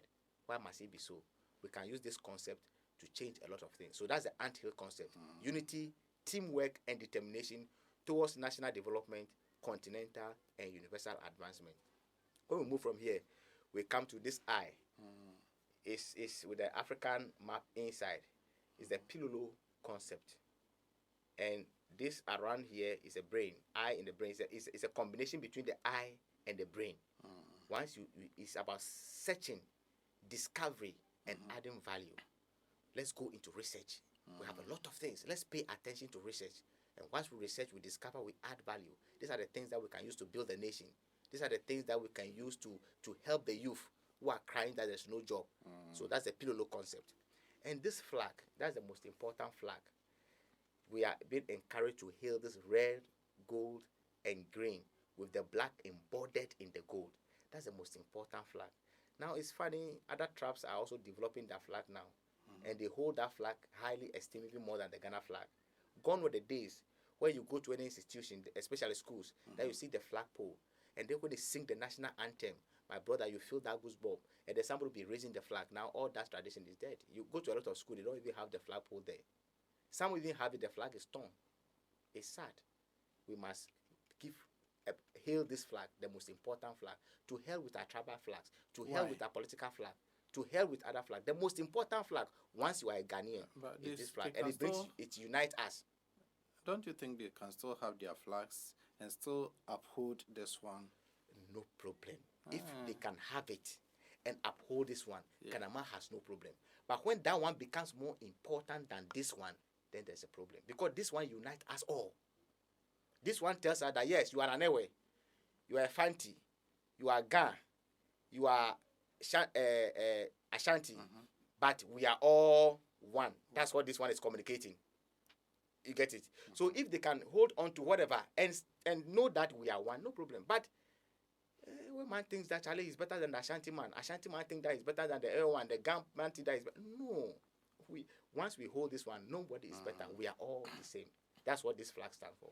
And so when we put this concept together, then we can build a better nation, which is Ghana. And then whilst we are putting this concept together, we can also build a better universe. This one is Akuma. That's love. That's love. Let's laugh. Love is the most important thing. Akuma. Okay. This one is Akubeng. These are Dinkra symbols. Yeah. This one is Akubeng. Akubeng, the readiness, is a war horn. In the olden days, war has been part of humans. From the primitive era till now, we are still warring. And when you hear the horn, not today that they can do announcement on radio, gone were those days, they use the war horn. Once you hear it, excuse me, even if you are a man, you are on top of your wife, you have to get up. That means actually, you are being called to stand for your nation. Yeah. So when patriotism calls you, no excuse. You have to rise for your country. So when patriotism calls me, I walk from here to Kumasi. I wasn't thinking about my family. I know that when the nation becomes better, the future of my children will be free. So even though I have 6 children, I walk from here to Kumasi 7 days. I suffered a lot, but I've been called by my nation to serve my country. This one made down also dame. Interdependency made down also dame. This is, you see, our forefathers were so much intelligent. This one is controversial. It's very controversial. That is why I wanted to I know this is where you want to come, because I have amended this particular Adinkra symbol. Turn it a little bit so that it will show. I have GhanaMan have amended. That's the GhanaMan. Oh wait, you are calling this one. This is G-Nipa. This man wants sporting, so this our forefathers got it right. They got the symbol right, but the interpretation was wrong. It is G-Nipa. Let me tell you something. You see, so you are wiser than the old people. Oh, not about wiser than the old people. Nobody's wiser than. Knowledge is huge. Oh, it comes bit by bit. I've evolved. Thank you. That's the word. I've evolved. It's G-Nipa. In the absence of humanity, everything is meaningless. It's G-Nipa, not Ginyame. Look at it. Look at the symbol very well. It can be divided into 2. Look at this upper one. Look at this one. This one is the female. This one is the male. A bit. The combination of female and male to build the universe. The importance that these 2 roles. You see, the man is not above the woman is not above the man. They are all the same. Why this one is the top? When you look at these 2 knot here, they represent the breast of the woman. This one represents the testicle of the man. So this is the male. This is the female. Turn it a bit. This is the male. This is the female. This is the male. I place the female up. I use the up one as a female because, in fact, women are the majority. Even in animal and in humans, they are the majority. Just that men have done kakashia. We've made the world as if it's for us. The world actually is for, among humans, is for women. They are the majority. Without them, we cannot move. We are interdependent, but they carry a lot. It's not by mistake our predecessors named the earth motherland. Motherland. This is fatherland. Motherland. So the women are top, and this is the man. So I am GhanaMan. The day I publish this on Facebook, come and see insult, but I've gone beyond insult. People, but this is it. It's G Nipa, not GhanaMan. Because unless we act, nothing will happen. Unless human beings act, nothing can change. And so if you tell me, but it's popularly known as GhanaMan. Popularly known as, and this is the most popular Adinkra symbol. Popularly known as GhanaMan. It is GhanaMan as an atheist who is amending this particular one for my fellow atheists. You can use, don't run away from this symbol. My fellow atheists watching me, don't run away from this symbol because they say it's GhanaMan. GhanaMan have amended it for you. It's G-Nipa. It's G-Nipa. And they know, even those who believe in the GhanaMan know that unless human beings intervene, nothing happens. In all our challenges, unless we create the thing, nothing will happen. God has never created anything for us, so we create it for ourselves. So this one is G-Nipa. So my brother, if you ask me, this is a symbol that I carry. This is the message that I carry across. The most important is patriotism centered on humanity. So once I hold this stick and you ask me to walk from here to Bolga, I'll go and come. And I'm ready to die for the next generation. So when you walk, what do you do? I talk to people on the way. Oh, okay. I interact with people. Like Single a preacher. Group. Thank you. So let me take you through when we're going to Kumasi. We started from Osu. We're walking down the streets to Nsawam. Nsawam was our first stop. So we walked from Osu to Nsawam. It took us the whole day interacting with people. People who sell by the roadside. People who carry. Sometimes we branch to schools, organizations. And then when we got to Nsawam, we held a campaign at the station, talked to the people, and then we slept at Nsawam. The following day, we took off from Nsawam to Enyinim. No, from Nsawam to Suhum. It was a shortest. The similar thing activity. Then from Suhum to Enyinim. Enyinim to Nkoko. Nkoko to Konongo. Konongo to Ejusu. Ejusu to Menshia. So that's how the day went. And we are interacting with people, talking to people, and talking to the chiefs, the opinion leaders, and they bought into the message. They bought into the message. And I've not even shared the footages. They are all there. Because what happened was that when I had a dream, as a matter of fact, I was like, I have not seen the things that I saw in the dream myself. I've not seen them before. So what I decided to do was that, let me do a feasibility study. So for the past 8 years, I did a feasibility study with my own resources to see the sense in what I saw in my dream.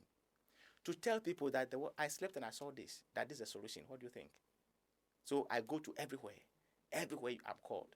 But I have not seen anybody who reject this message. So now I am confident that that is the way. So henceforth, this is what I'm about to do. I'm now going to send a proposal to government, to corporate bodies, and then go into partnership with government or with the NCCE, so that we embark on what I call the patriotism crusade, nationwide patriotism crusade, where we mount platform just like the way religious people do, but we talk about patriotism, we talk about humanity, we talk about communal labor, which is missing. Now you call people for communal labor, nobody want to attend. The only thing Ghanaians show interest in when they say NPP people will come in, NDC people come in, that's where they will share money. But come and let's build our toilet. Come, people will not come. Come and let's take care of our environment. People will not come. Haven't we gone beyond that? Shouldn't we rather be paying our taxes and all that for those things to work? People to get jobs instead of please, I'm coming though. Instead of all of us having to go and weed the road. Yes, we are working on our jobs. We are paying our taxes, and somebody is employed. That is the message. That is how it's supposed to be. But once we have gotten there. But once we have deliberately refused to do it, and the thing is still is there facing us. And this 21st century, people are still defecating the bush. Those who are supposed to do it that we have put there are not doing it. So let's still come together and build those facilities so that people stop defecating in the bush. You get it? But for where I stand, I believe that once we pay our taxes, we don't even. There is money. I don't want to believe a nation does not have money. Yeah. There is a lot of money. They can and do everything. But and also the informal sector. I think we need to talk to them to also pay their taxes. Beautiful. This is very important. That's what the campaign is going to do. The nationwide patriotism campaign. The informal sector, whatever, people must pay. I think you need to be a minister, or they need to give you a ministry. Okay, the campaign and ministry, not me as a curricula. Oh yes, of course. That one we're pushing to that angle where we design a curriculum for patriotism and humanity. Yes. We will get to that. That's Instead why I say only moral education or something. Yeah, religious and moral education. They have removed religious education, right? No, religious and moral education. It's so combined. It should be moral education and patriotism, or maybe all those things will come under patriotism. The subject of patriotism, very important. That is the vision, and that is what we'll be pushing it to. And so, this 8 years that I've done is a feasibility study, and I've spent a lot. It has brought me low, but I take delight in it. Now that I need people like you and all others who really care for this nation, let's come together. Let's go to our people. And funny enough, let me tell you something. When you go to the people we blame, they are leaders. When you go to them, they're also blaming us. Yes. The down is blaming the top. They came from us. The top is blaming. That's why I say they came from us. Yeah. So the response. So I don't blame the leaders. I blame myself. I have a role to play. Yeah. For me, I say GhanaMan, I'm part of the problem. That is why I am sacrificing myself to contribute to the solution. And this is what I will do for the rest of my life. I keep saying, do you get airtime on radio? I think you should be on every radio station. Yeah, this is the time that I'm going to make that arrangement. Like I said, over the years, I'm only doing feasibility study. Now I'm done with my feasibility study. You need airtime on UTV and all the big stations. And I'm sure when I go to them, they won't say no. Yeah. I'm sure they won't say no. Most of them broadcast my work and my activities. Let me say thank you to TV3, GTV, Pan-African TV, TV Africa, Ghana Times. They all did so well. And a lot of the radio stations, they did so well. And this is the time that I'm coming to them with proposal to get involved so that we do the nationwide patriotism process. And I know they won't say no, because we are all looking for solution. So that one I'm sure. Yeah. For all this while, I have not gone to anybody seeking for sponsorship. I have not gone, not that the people have refused. Yes, it would have been nice that people would say, oh, why is this guy working? Let's call him. None. But I have not personally gone to any institution. The only institution I've gone to is the Ghana Police, and they have been behind me for the past 8 years. Everywhere that I go, they have been behind me. So nice. I have that belief that when we send the proposal to government, government will see the sense in it and will collaborate with the NCC. We don't want to work like GhanaMan working. No. The institution of NCC is their job. Yeah. NCC, it is their job. It is their job. Yes. But sometimes they don't even have the necessary tools to work. So what we want to do is I want to go and partner with NCC. And with this energy, we'll ginger the nation. I see one thing. Yeah. They emphasize on the patriotism aspect, leaving out the humanity aspect. You are emphasizing it. So I think if maybe you team up with them, definitely. And if some people won't make themselves big men. Oh, they will, but will penetrate. Then I'm sure they can bring in your ideas, the concepts you have in order to make it more full. Yeah. Yeah. And we are hoping that once we take the steps, they will definitely buy into it, and we'll put ourselves together and work. For that one, I have so much confidence. I have not submitted the proposal, but now we are almost done. We are almost done, and myself and my team will present the proposal to Parliament. And then we send a proposal to all the media houses to have airtime and talk about this patriotism message and humanity message. And I know I'm so much confident that they will all embrace it. And together we will do it. Together we will do it. Yeah. I'm so sure. And we look forward for that bright day when Ghana will be liberated. And the citizens of Ghana will be proud and will put aside our tribal differences, political differences, and religious differences and hold hands together and uphold this good name of Ghana that we call ours, and build a very beautiful nation that we can call ours. Whether we like it or not, 50 years to come, GhanaMan will not be alive. You will not be alive. We will all be wiped away by death. 50 years to come, a new crop of generations are coming. And what are we to do? We are supposed to prepare a foundation, a solid foundation for them, so that they'll be proud of themselves. Africa is being tagged. Can we continue? Looks like your people are signaling. Should we continue? Let's go. I wanted us to do the religion part. Let's go. So, let's go. Okay. So please continue. All right. Like I was saying, Africa is being tagged as a poor continent, not because the continent is poor, not because the citizens are poor. It is because we have a poor system. So once we revive the knowledge of patriotism, the essence of patriotism, and we build strong systems, that poverty tag will be lifted out, and we'll be proud as Africans. The youth will not be traveling on the Mediterranean Sea in search of greener pastures and will be dying anyhow. And it is very sad that Africans remain the only people that are not respected anywhere across the globe. Even in our own continent, there's no respect. But when we embrace the subject matter of patriotism centered on humanity, we'll place dignity on ourselves. The moment we place dignity on ourselves, others will automatically respect us.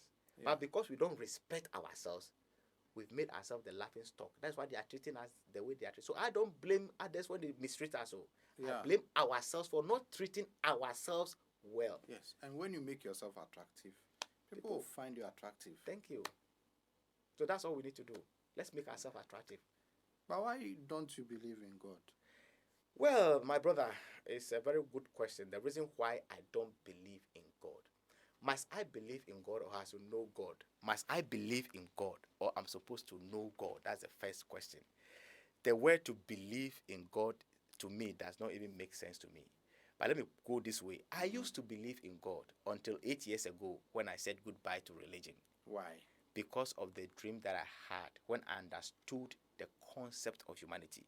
And I got to realize that in the absence of humanity, everything is meaningless.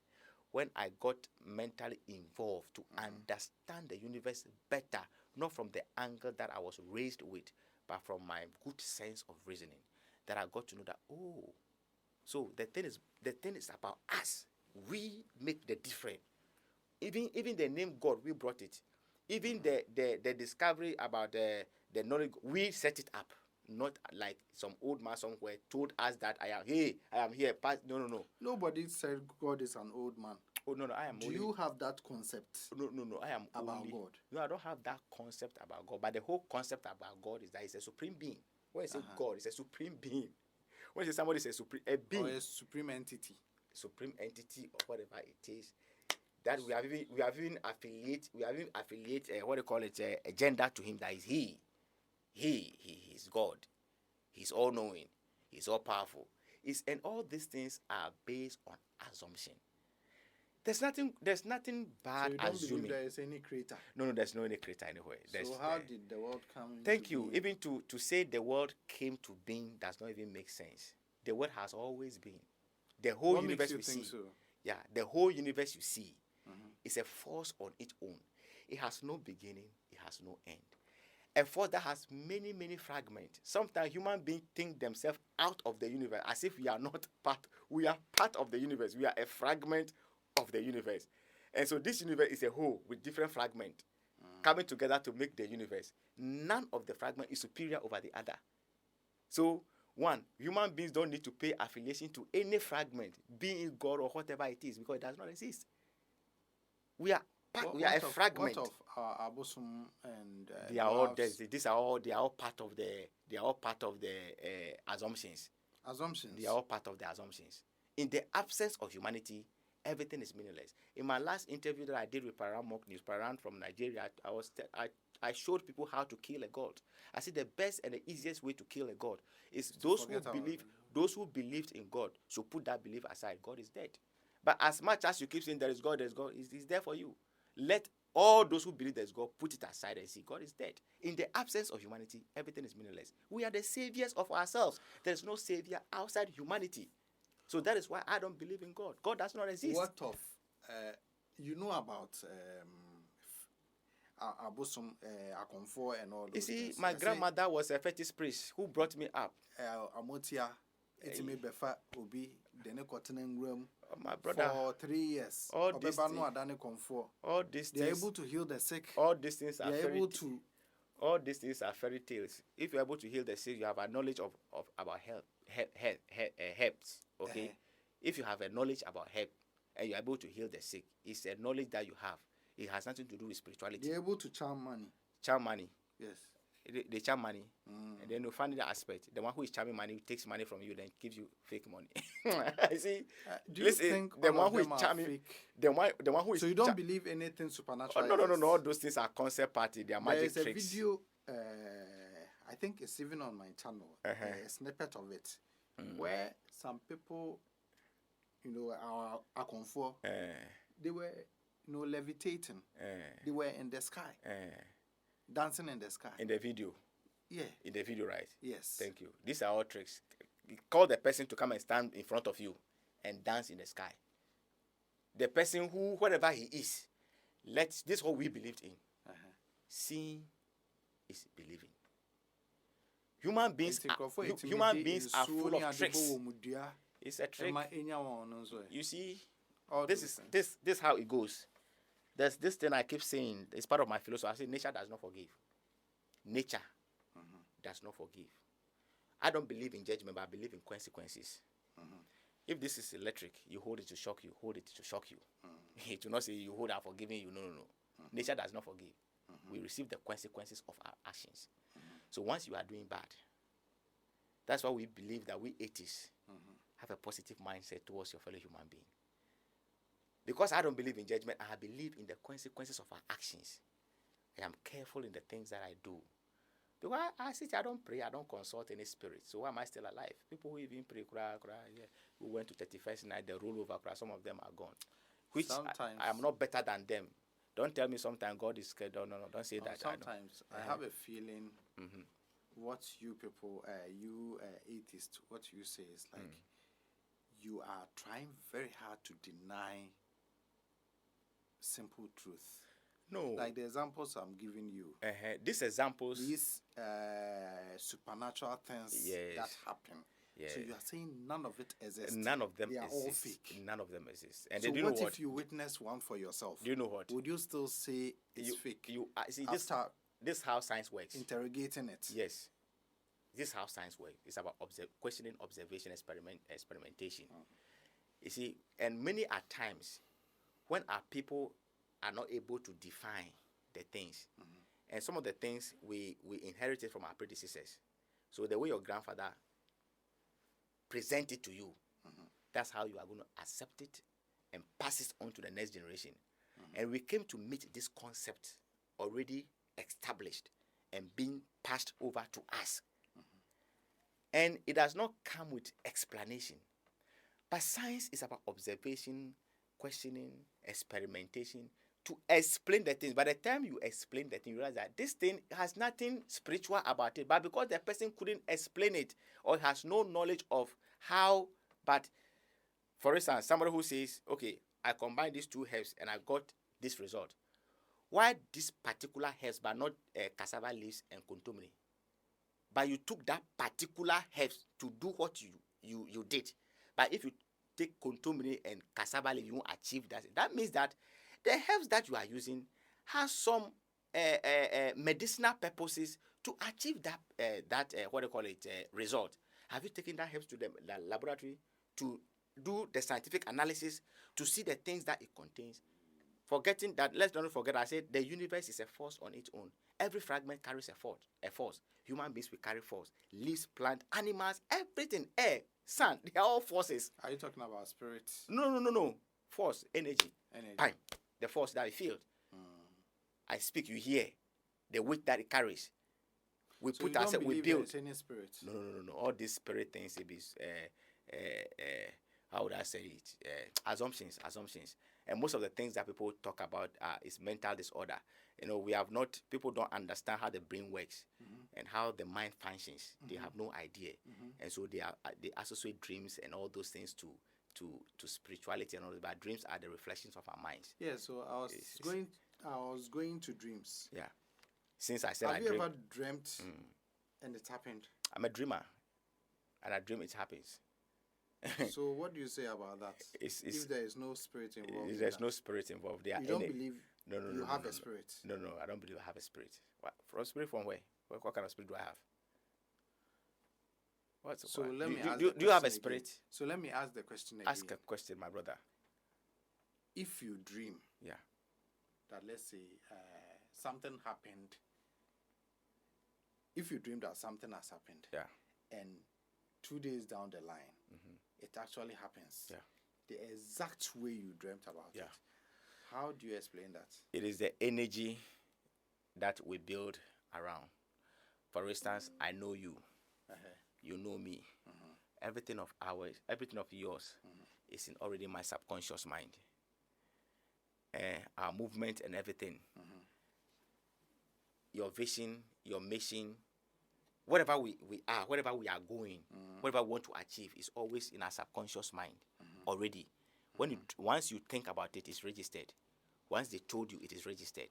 And so our visions and everything surrounds that. So it is possible that tomorrow I say I'm going to Kumasi. It's already in my subconscious mind. Even before I make the decision that I'm going to Kumasi, it's registered there. So I can think that I had an accident, because definitely Kumasi will go by road. We go by lorry. It's either I'm going by lorry or by flight. But if your expenses is limited to VIP, the dream that you have is about VIP. You not go and see yourself in an aeroplane crashing. You see yourself in a VIP crashing, because definitely your subconscious mind is VIP you are going with. And it's VIP you have been going with. So it's the energy. The life that we are living, we have already built energies around us. Whatever we invent, they are all part of the energy. So definitely you not see yourself having an accident with mobile phone, because you don't travel with mobile phone. You have an accident with a car because you travel with a car. It's registered in the subconscious mind. And the dreams play back. So our dreams are the reflection of our mind. The things that are registered in our subconscious mind, we dream about it. So you are talking about things that have already happened in the past, or that happening, not even happening, either in my life or in your life. The future, which is tomorrow, is already is part of us. One, we all know that once you are born, you will die. You are not the only first person. You saw your grandmother living life, 30s, 40s, 50s, 70s, he died. The same process you are going through. He eats, he goes morning, evening. At the same it's the same process, repeating itself. So we are living the day. You are living the entire universe at a go. So you know that by this time to this time is a puberty period. By this time to this time is adulthood, and the whole thing is attached to your DNA. Is there. So it's a whole thing, it's a programming system. And once you are living in a certain environment, that environment comes with its culture. All those things are in your subconscious mind. And the story that comes attached, they have all been programmed there already. Sometimes you even forget about them, but once it's there, you sleep and your mind will bring it back. Maybe I'm not giving you a very good example, a very good question. Oh, you are giving me a very good question. What? I dream, I sleep today, and I dream that somebody came to my house wearing yellow and red, carrying a staff, saying these particular words to me, and giving me, maybe you are going to dash me 1,000 and giving me 1,000 cedis. And then 1 week down the line, the exact same thing happens without my involvement, like without me making it happen. Somebody actually comes to my house. Somebody I've not called, I've not interacted with, comes to my house and wearing the same dress that you saw in the gives vision. me the money. How do you explain that? That's what I say, that these are all energies that we build. One, the person that came to you is not an alien, he's a human being. No. Oh, I'm breaking it down. I am breaking it down. down. Something I can possibly know naturally. Everybody, as you wake up every day, everybody's expecting something. Nobody knows what. But as you wake up every blessed day in your life, you are expecting something. You might not know the exact thing that will come. But everybody that wakes up each and every day is expecting something, good or bad. But most cases, we love the good ones, not the bad ones, even though the bad ones can come. So from childhood to the adulthood is a life of expectance, always expecting something. All these things are in the subconscious mind. So it is possible that there's nothing spiritual about it, that you dreamt and you saw me and the following day I come to you. There's nothing spiritual about it. But it's the energy that we build among us humans. We have already established these energies already amongst us. We visit ourselves, we dash ourselves things, we encourage ourselves. So you can be in a trouble and you dreamt and you see somebody close to you encouraging you, and then the following day the person comes to encouraging you. Even the expectancy of encouragement is already in your subconscious mind. The expectancy of encouragement is already in your subconscious mind that we have no idea of. You see, and that subconscious mind thing, we've not been taught, so we have no idea about it. Or things that are recorded there. Sometimes stories that you are being told when you are 1 year is there, but you have forgotten about it. You have completely forgotten about it, and it's something people don't pay attention to. And one day, you're in your dreams, it hits you. You meet someone, and the person tells you exactly what is happening in your family house. The person doesn't know you from Adam. He mentions your name. He mentions a dream you had last night. It has nothing to do with spirituality. Let the person explain his gift or his skill. Let the person explain to you. If he cannot explain, it has nothing to do with spirituality. In the absence of humanity, so there is no spirit. There's no spirit. There's no spirit. Even when all these things happen. Oh no, there's no spirit. There's no spirit. My brother. The things that mobile phone is doing, is it more? Those things that are happening, is it more powerful than the thing mobile phone is doing? Tell me a dream I had last night. A mobile phone, the things that mobile phone is doing is more than that dream. Take this mobile phone. I think you are in self-denial. No, how do they put it? You see, self-denial. No, this is not self-denial, my brother. You see, let me tell you something. You see, from where we come from, every interview I say this. From where we come from, we came to meet. You see, we came to meet two knowledge: religious knowledge and scientific knowledge. But where we came from, we've been fed with so much religious knowledge than scientific knowledge. And superstition. So we tend to interpret life from that angle. Everything that happens to us, we look at that angle. But when you go scientifically, you can explain things better. And whatever the person does, whatever is not able to explain. Oh, no. Science will tell you. You see, the person that's why I say that I don't believe in they say. Like somebody dying. The person actually died. No. Nobody can wake a dead person, even if there is God. No, I'm not saying the person, somebody woke the person. Okay, the person died. What happened? The person was declared dead. Medically dead. And then was placed in the fridge. And then in the middle of the night, after being frozen, there was a lot of shaking in the fridge. So they had to go and he didn't die. He went to coma. He didn't die. He went to coma. And the person was saying a lot of things. Oh, he lied. Whatever he says, he lies. It's a psychological problem. Okay. It's a mental disorder. Whatever the person says, he's telling I don't mind. Self-denial. No. If you don't want to believe in God, I have no issue. In fact, I don't have any issue with your ideas. Yeah. Everybody is entitled to their opinion. Exactly. Yes. But I have a feeling that even certain things you may want to accept that they are spiritual. Oh, no. Just for the fact that you've labeled yourself as an atheist. You don't want to accept it. No. The reason being that I was coming from that angle.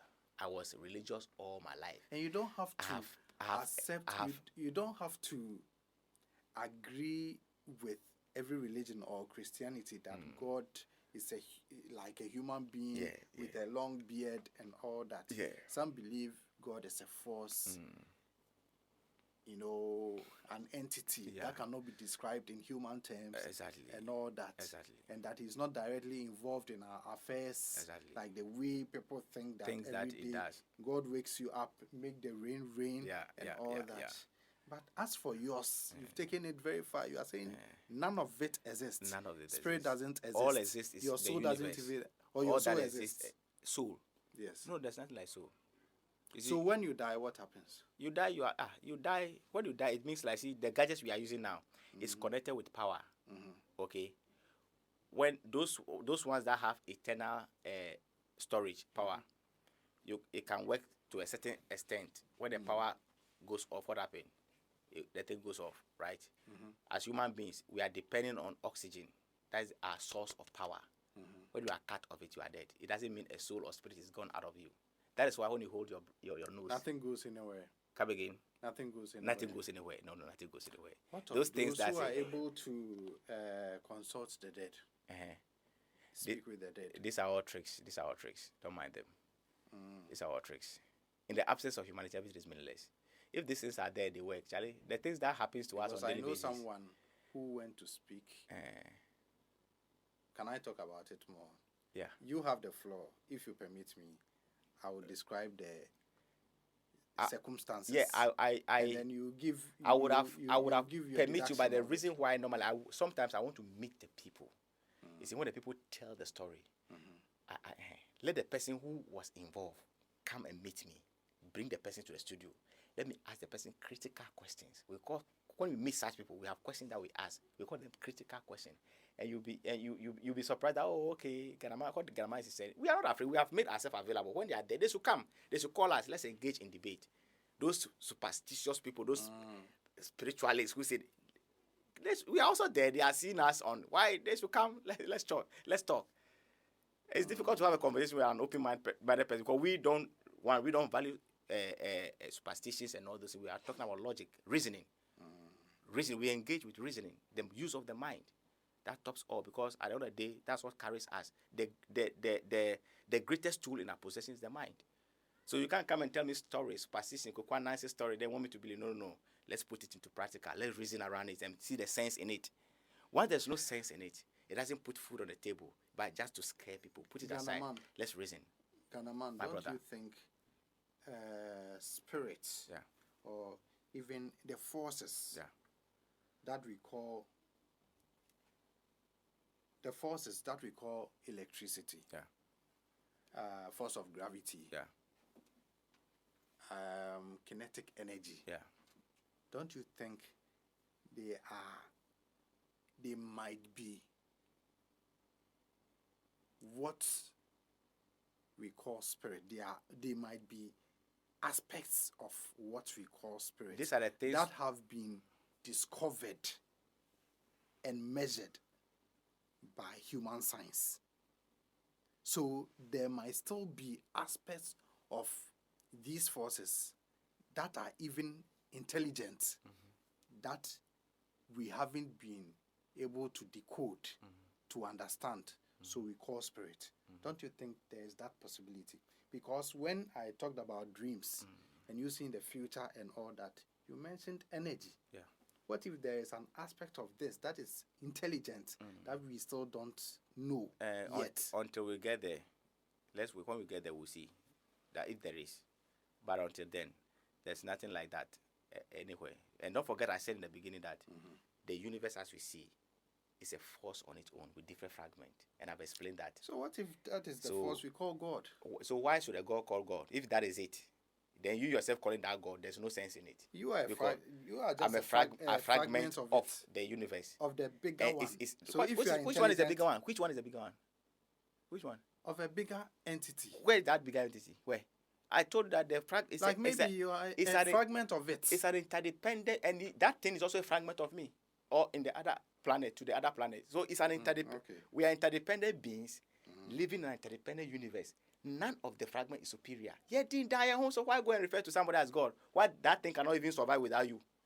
For instance, let's take the God concept. When you ask people, they say, okay, God blesses through human being. Is that also? So that means human beings are important, which means that without human beings, God cannot be blessed. So what makes God, even the God is what makes God superior than human beings? If human beings must carry his message, then what makes that God superior than the human being? That is the problem about the concept of God. Let's understand that the universe as we see, seen and unseen, everything, when I say unseen, it doesn't mean spiritual. Unseen means the things that are that our physical eyes cannot see. And the fact that the physical eyes cannot see does not mean it does not exist. For instance, I cannot see Kumasi from here, but Kumasi is there. And if I want to see Kumasi, I will see Kumasi. You get it? So Kumasi is unseen as we sit here. But I can travel to Kumasi and go and see Kumasi. So what does science do? Science has made provision. There are a lot of things that we cannot see. These are the reasons. It's either it's too far, too small, or hidden. We cannot see or explain. That is why we call it spirit. Okay. In the primitive era, in the absence of science, they gave it spirit. But when science came into the picture, science began to explain the reason why. So those ones that are far, science came up with a telescope. But you see it, so it's no more spirit. Those that are too little, science came with a microscope. But you see, it's no more spirit. Those that are hidden, science came out with a lot of cameras. Now people fix cameras in their homes, and they wake up the following day and say, so that my neighbor is the one pouring that powder in my house, and I've been thinking it's devil. People fix cameras in their house. Now they see things. They see their housemate tormenting, fingering their child, where they've always been taking the child to hospital, the devil. Not knowing it's the housemate who is fingering the child, who is pouring something in their food. They always say, common camera has revealed those things that we affiliate as spirit. Gone were the days when we're in the village, common malaria, they'll take you to the shrine, they'll cut you, they'll conjure. Now malaria, you go to drugstore, you go and buy the 3 days, you are okay, you are gone. Gone were the days, malaria was a spirit. Advancement, see, we are involving mentally. So in the absence of science, we affiliate all those things to spirit. But when science came, yesterday I was teaching in one of my WhatsApp platforms, and I was asking, even those religious people who have gone to study science, let me challenge them. They could be pastors. Have they ever answered in the science class when they asked them to talk about the universe, if they quoted Genesis chapter 1 verse 1, in the beginning God created heaven and earth, or they agree to science, and then when they come out from science and they go to the religious setup, they start talking about Genesis creation. Every religious person that studies science will not go to science class and go and talk about Genesis chapter 1 verse 1. It is foolish in science. You say what science teaches you, and then when you come back, you come and deceive the masses who are blind, who does not know. But when you went to study science, there's no branch of science that talks about God. There's no branch of science that talks about God. And pastors are studying science. When they go, how do they teach them? You won't go to a science class as a pastor and you go and meet, they say, talk about the universe, say Genesis chapter 1 verse 1. In the beginning, God created heaven and earth. They'll give you 0. So how do we teach morality? Morality, out of good sense of reasoning. Morality is not from religion, it's from good sense of reasoning. That makes us human beings. Our sense of reasoning. My reasoning can tell me that if I'm able to outwit you and manipulate you and defraud you, I can make some money. Yeah. So that's a bad sense of reasoning. That's why I say good sense of reasoning. Who determines what is bad and what is good? Because what you did, when I do the same thing to you, you react badly. The same way, if you say we, let's say our community, then our community can also decide to go and kill some people in some other community. So that's a bad sense of reasoning. So that's why I say we have good sense of reasoning and a bad sense of reasoning. So don't you think there's a neutral force making decisions on what is good and what is bad there's no for us to follow? There's no. It's our sense of reasoning. Our sense of reasoning is below belt. When the sense of reasoning has matured to the state of humanity, you don't think evil about your brother. Because if your sense of reasoning tells you that defraud me to be rich, if the table 10 and I do similar to you, feel it. Why do you feel it? You feel it because it's not good. But you felt that it's good when you are doing it to me. But once the table is 10 and they are being similar to you, once you feel disturbed and you even ask the question, why are you treating me this way? Forgetting you were treating me the same way. But whatever you do to me, if I do the same thing to you, you'll be happy. Then it's okay.